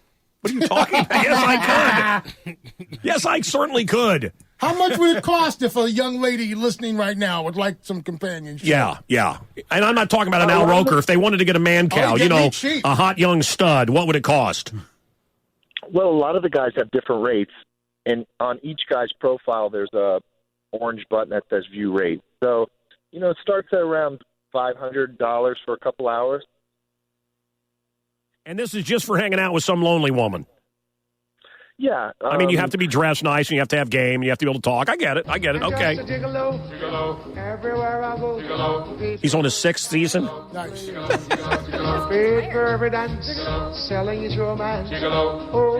The man who played the title character. He's 2 foot 9 inches. He just slipped into a coma. Bonus question, what is the character's name? Who did he play? 2 feet 9 inches. Apparently Kathy was a fan. What character did he play on TV? This is his theme song.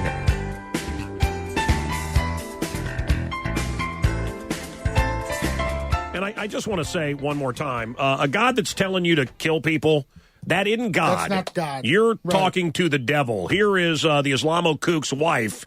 Here's Omar's wife out of Orlando. In the beginning, he was a normal being that cared about family, loved to joke, loved to have fun. But then a few months after we were married, I saw his instability, and I saw that he was bipolar and he would get mad out of nowhere. That's when I started worrying about my safety, and then after a few months, he started abusing me physically very often, and not allowing me to speak to my family, keeping me hostage from them. Mentally, he was mentally unstable and mentally ill. He had a history with steroids. I don't know if that caused it. I'm sure it had something to do with it. He's in hell right now. Yeah, that shooter, he's in hell. He's with the devil. He doesn't get virgins. He doesn't get any of that. That's all a lie. Mary Kate and Ashley Olsen, 30 today. They're worth over $100 million. They don't look a day under 90. Honestly, Bobby Brown says he used to have sex with Janet Jackson, but her father wouldn't let her be with him because he was black. Did you hear what the other thing he said? Yeah, he slept with Madonna, and it was crazy. No. What? He said he had sex with a ghost. Oh, yeah, that's right. Did you also hear they made chicken for the family, but instead of flour, they used one of Whitney's blocks of cocaine? Yeah. That's right. And the whole family was tripping.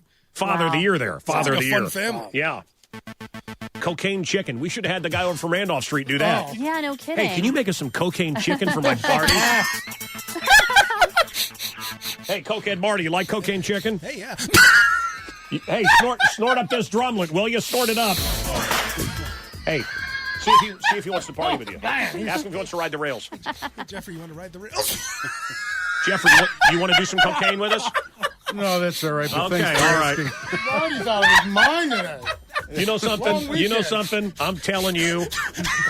We used to get Jeffrey on the TV show and ask him stuff, and the camera would zoom in and sweat.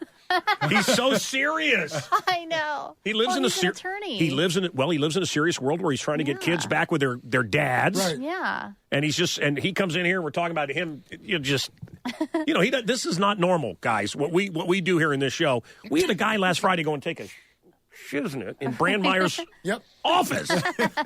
That's not what human beings do. Oh, that was the highlight of the week. That was awesome. I That's kind of saying something that was the I started feeling bad about it.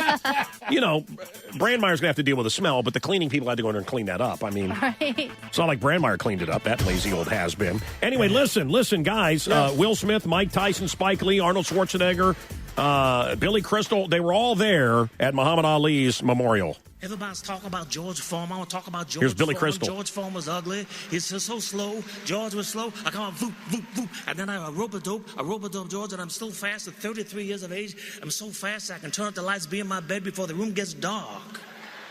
Yeah, it's hard to believe it's 2016, and Billy Crystal's still doing the same joke. Yeah, I know. Mancow. He's 2 feet 9 inches, which is about the size of my junk. Kathy, how many times have I told you I wish I had a foot instead of this monster? Oh, my God. Every day. I wish I had a foot. Yeah. What is this? No, that's small. What is this? I fold it in half for Kathy. What is this? I call it snuffleupagus. Here's the deal. It's as skinny as a pencil, though. That's the thing. Oh, wow. Get some reduction surgery. Oh, you just painted It's such an ugly picture. It's a knee knocker. Hey, listen, this is the theme song. You don't have to know the actor's name. He's in a coma now. 2 feet 9 inches. He played what TV character? This is his theme. Call us. 591 Rock, 591 Roll. John Mayer has replaced Jerry Garcia in the Grateful Dead. You remember the Grateful Dead? The band that sounded like they were tuning up forever? I had the last interview with Jerry Garcia. Incredible. I woke him up at his hotel. We cold called him. Wow. And a couple hours later, he was dead from a drug overdose. My God. Yeah. Wait a minute. Are you saying your God is Jerry Garcia? You're like a deadhead. John Mayer, why? I have so much more connection with my guitar now than I think I ever had. This has been the Mancow Morning Show podcast. You can actually be part of this cluster by calling the show when it's live. Weekday mornings 5:30 to 9:30 on 97.9 The Loop.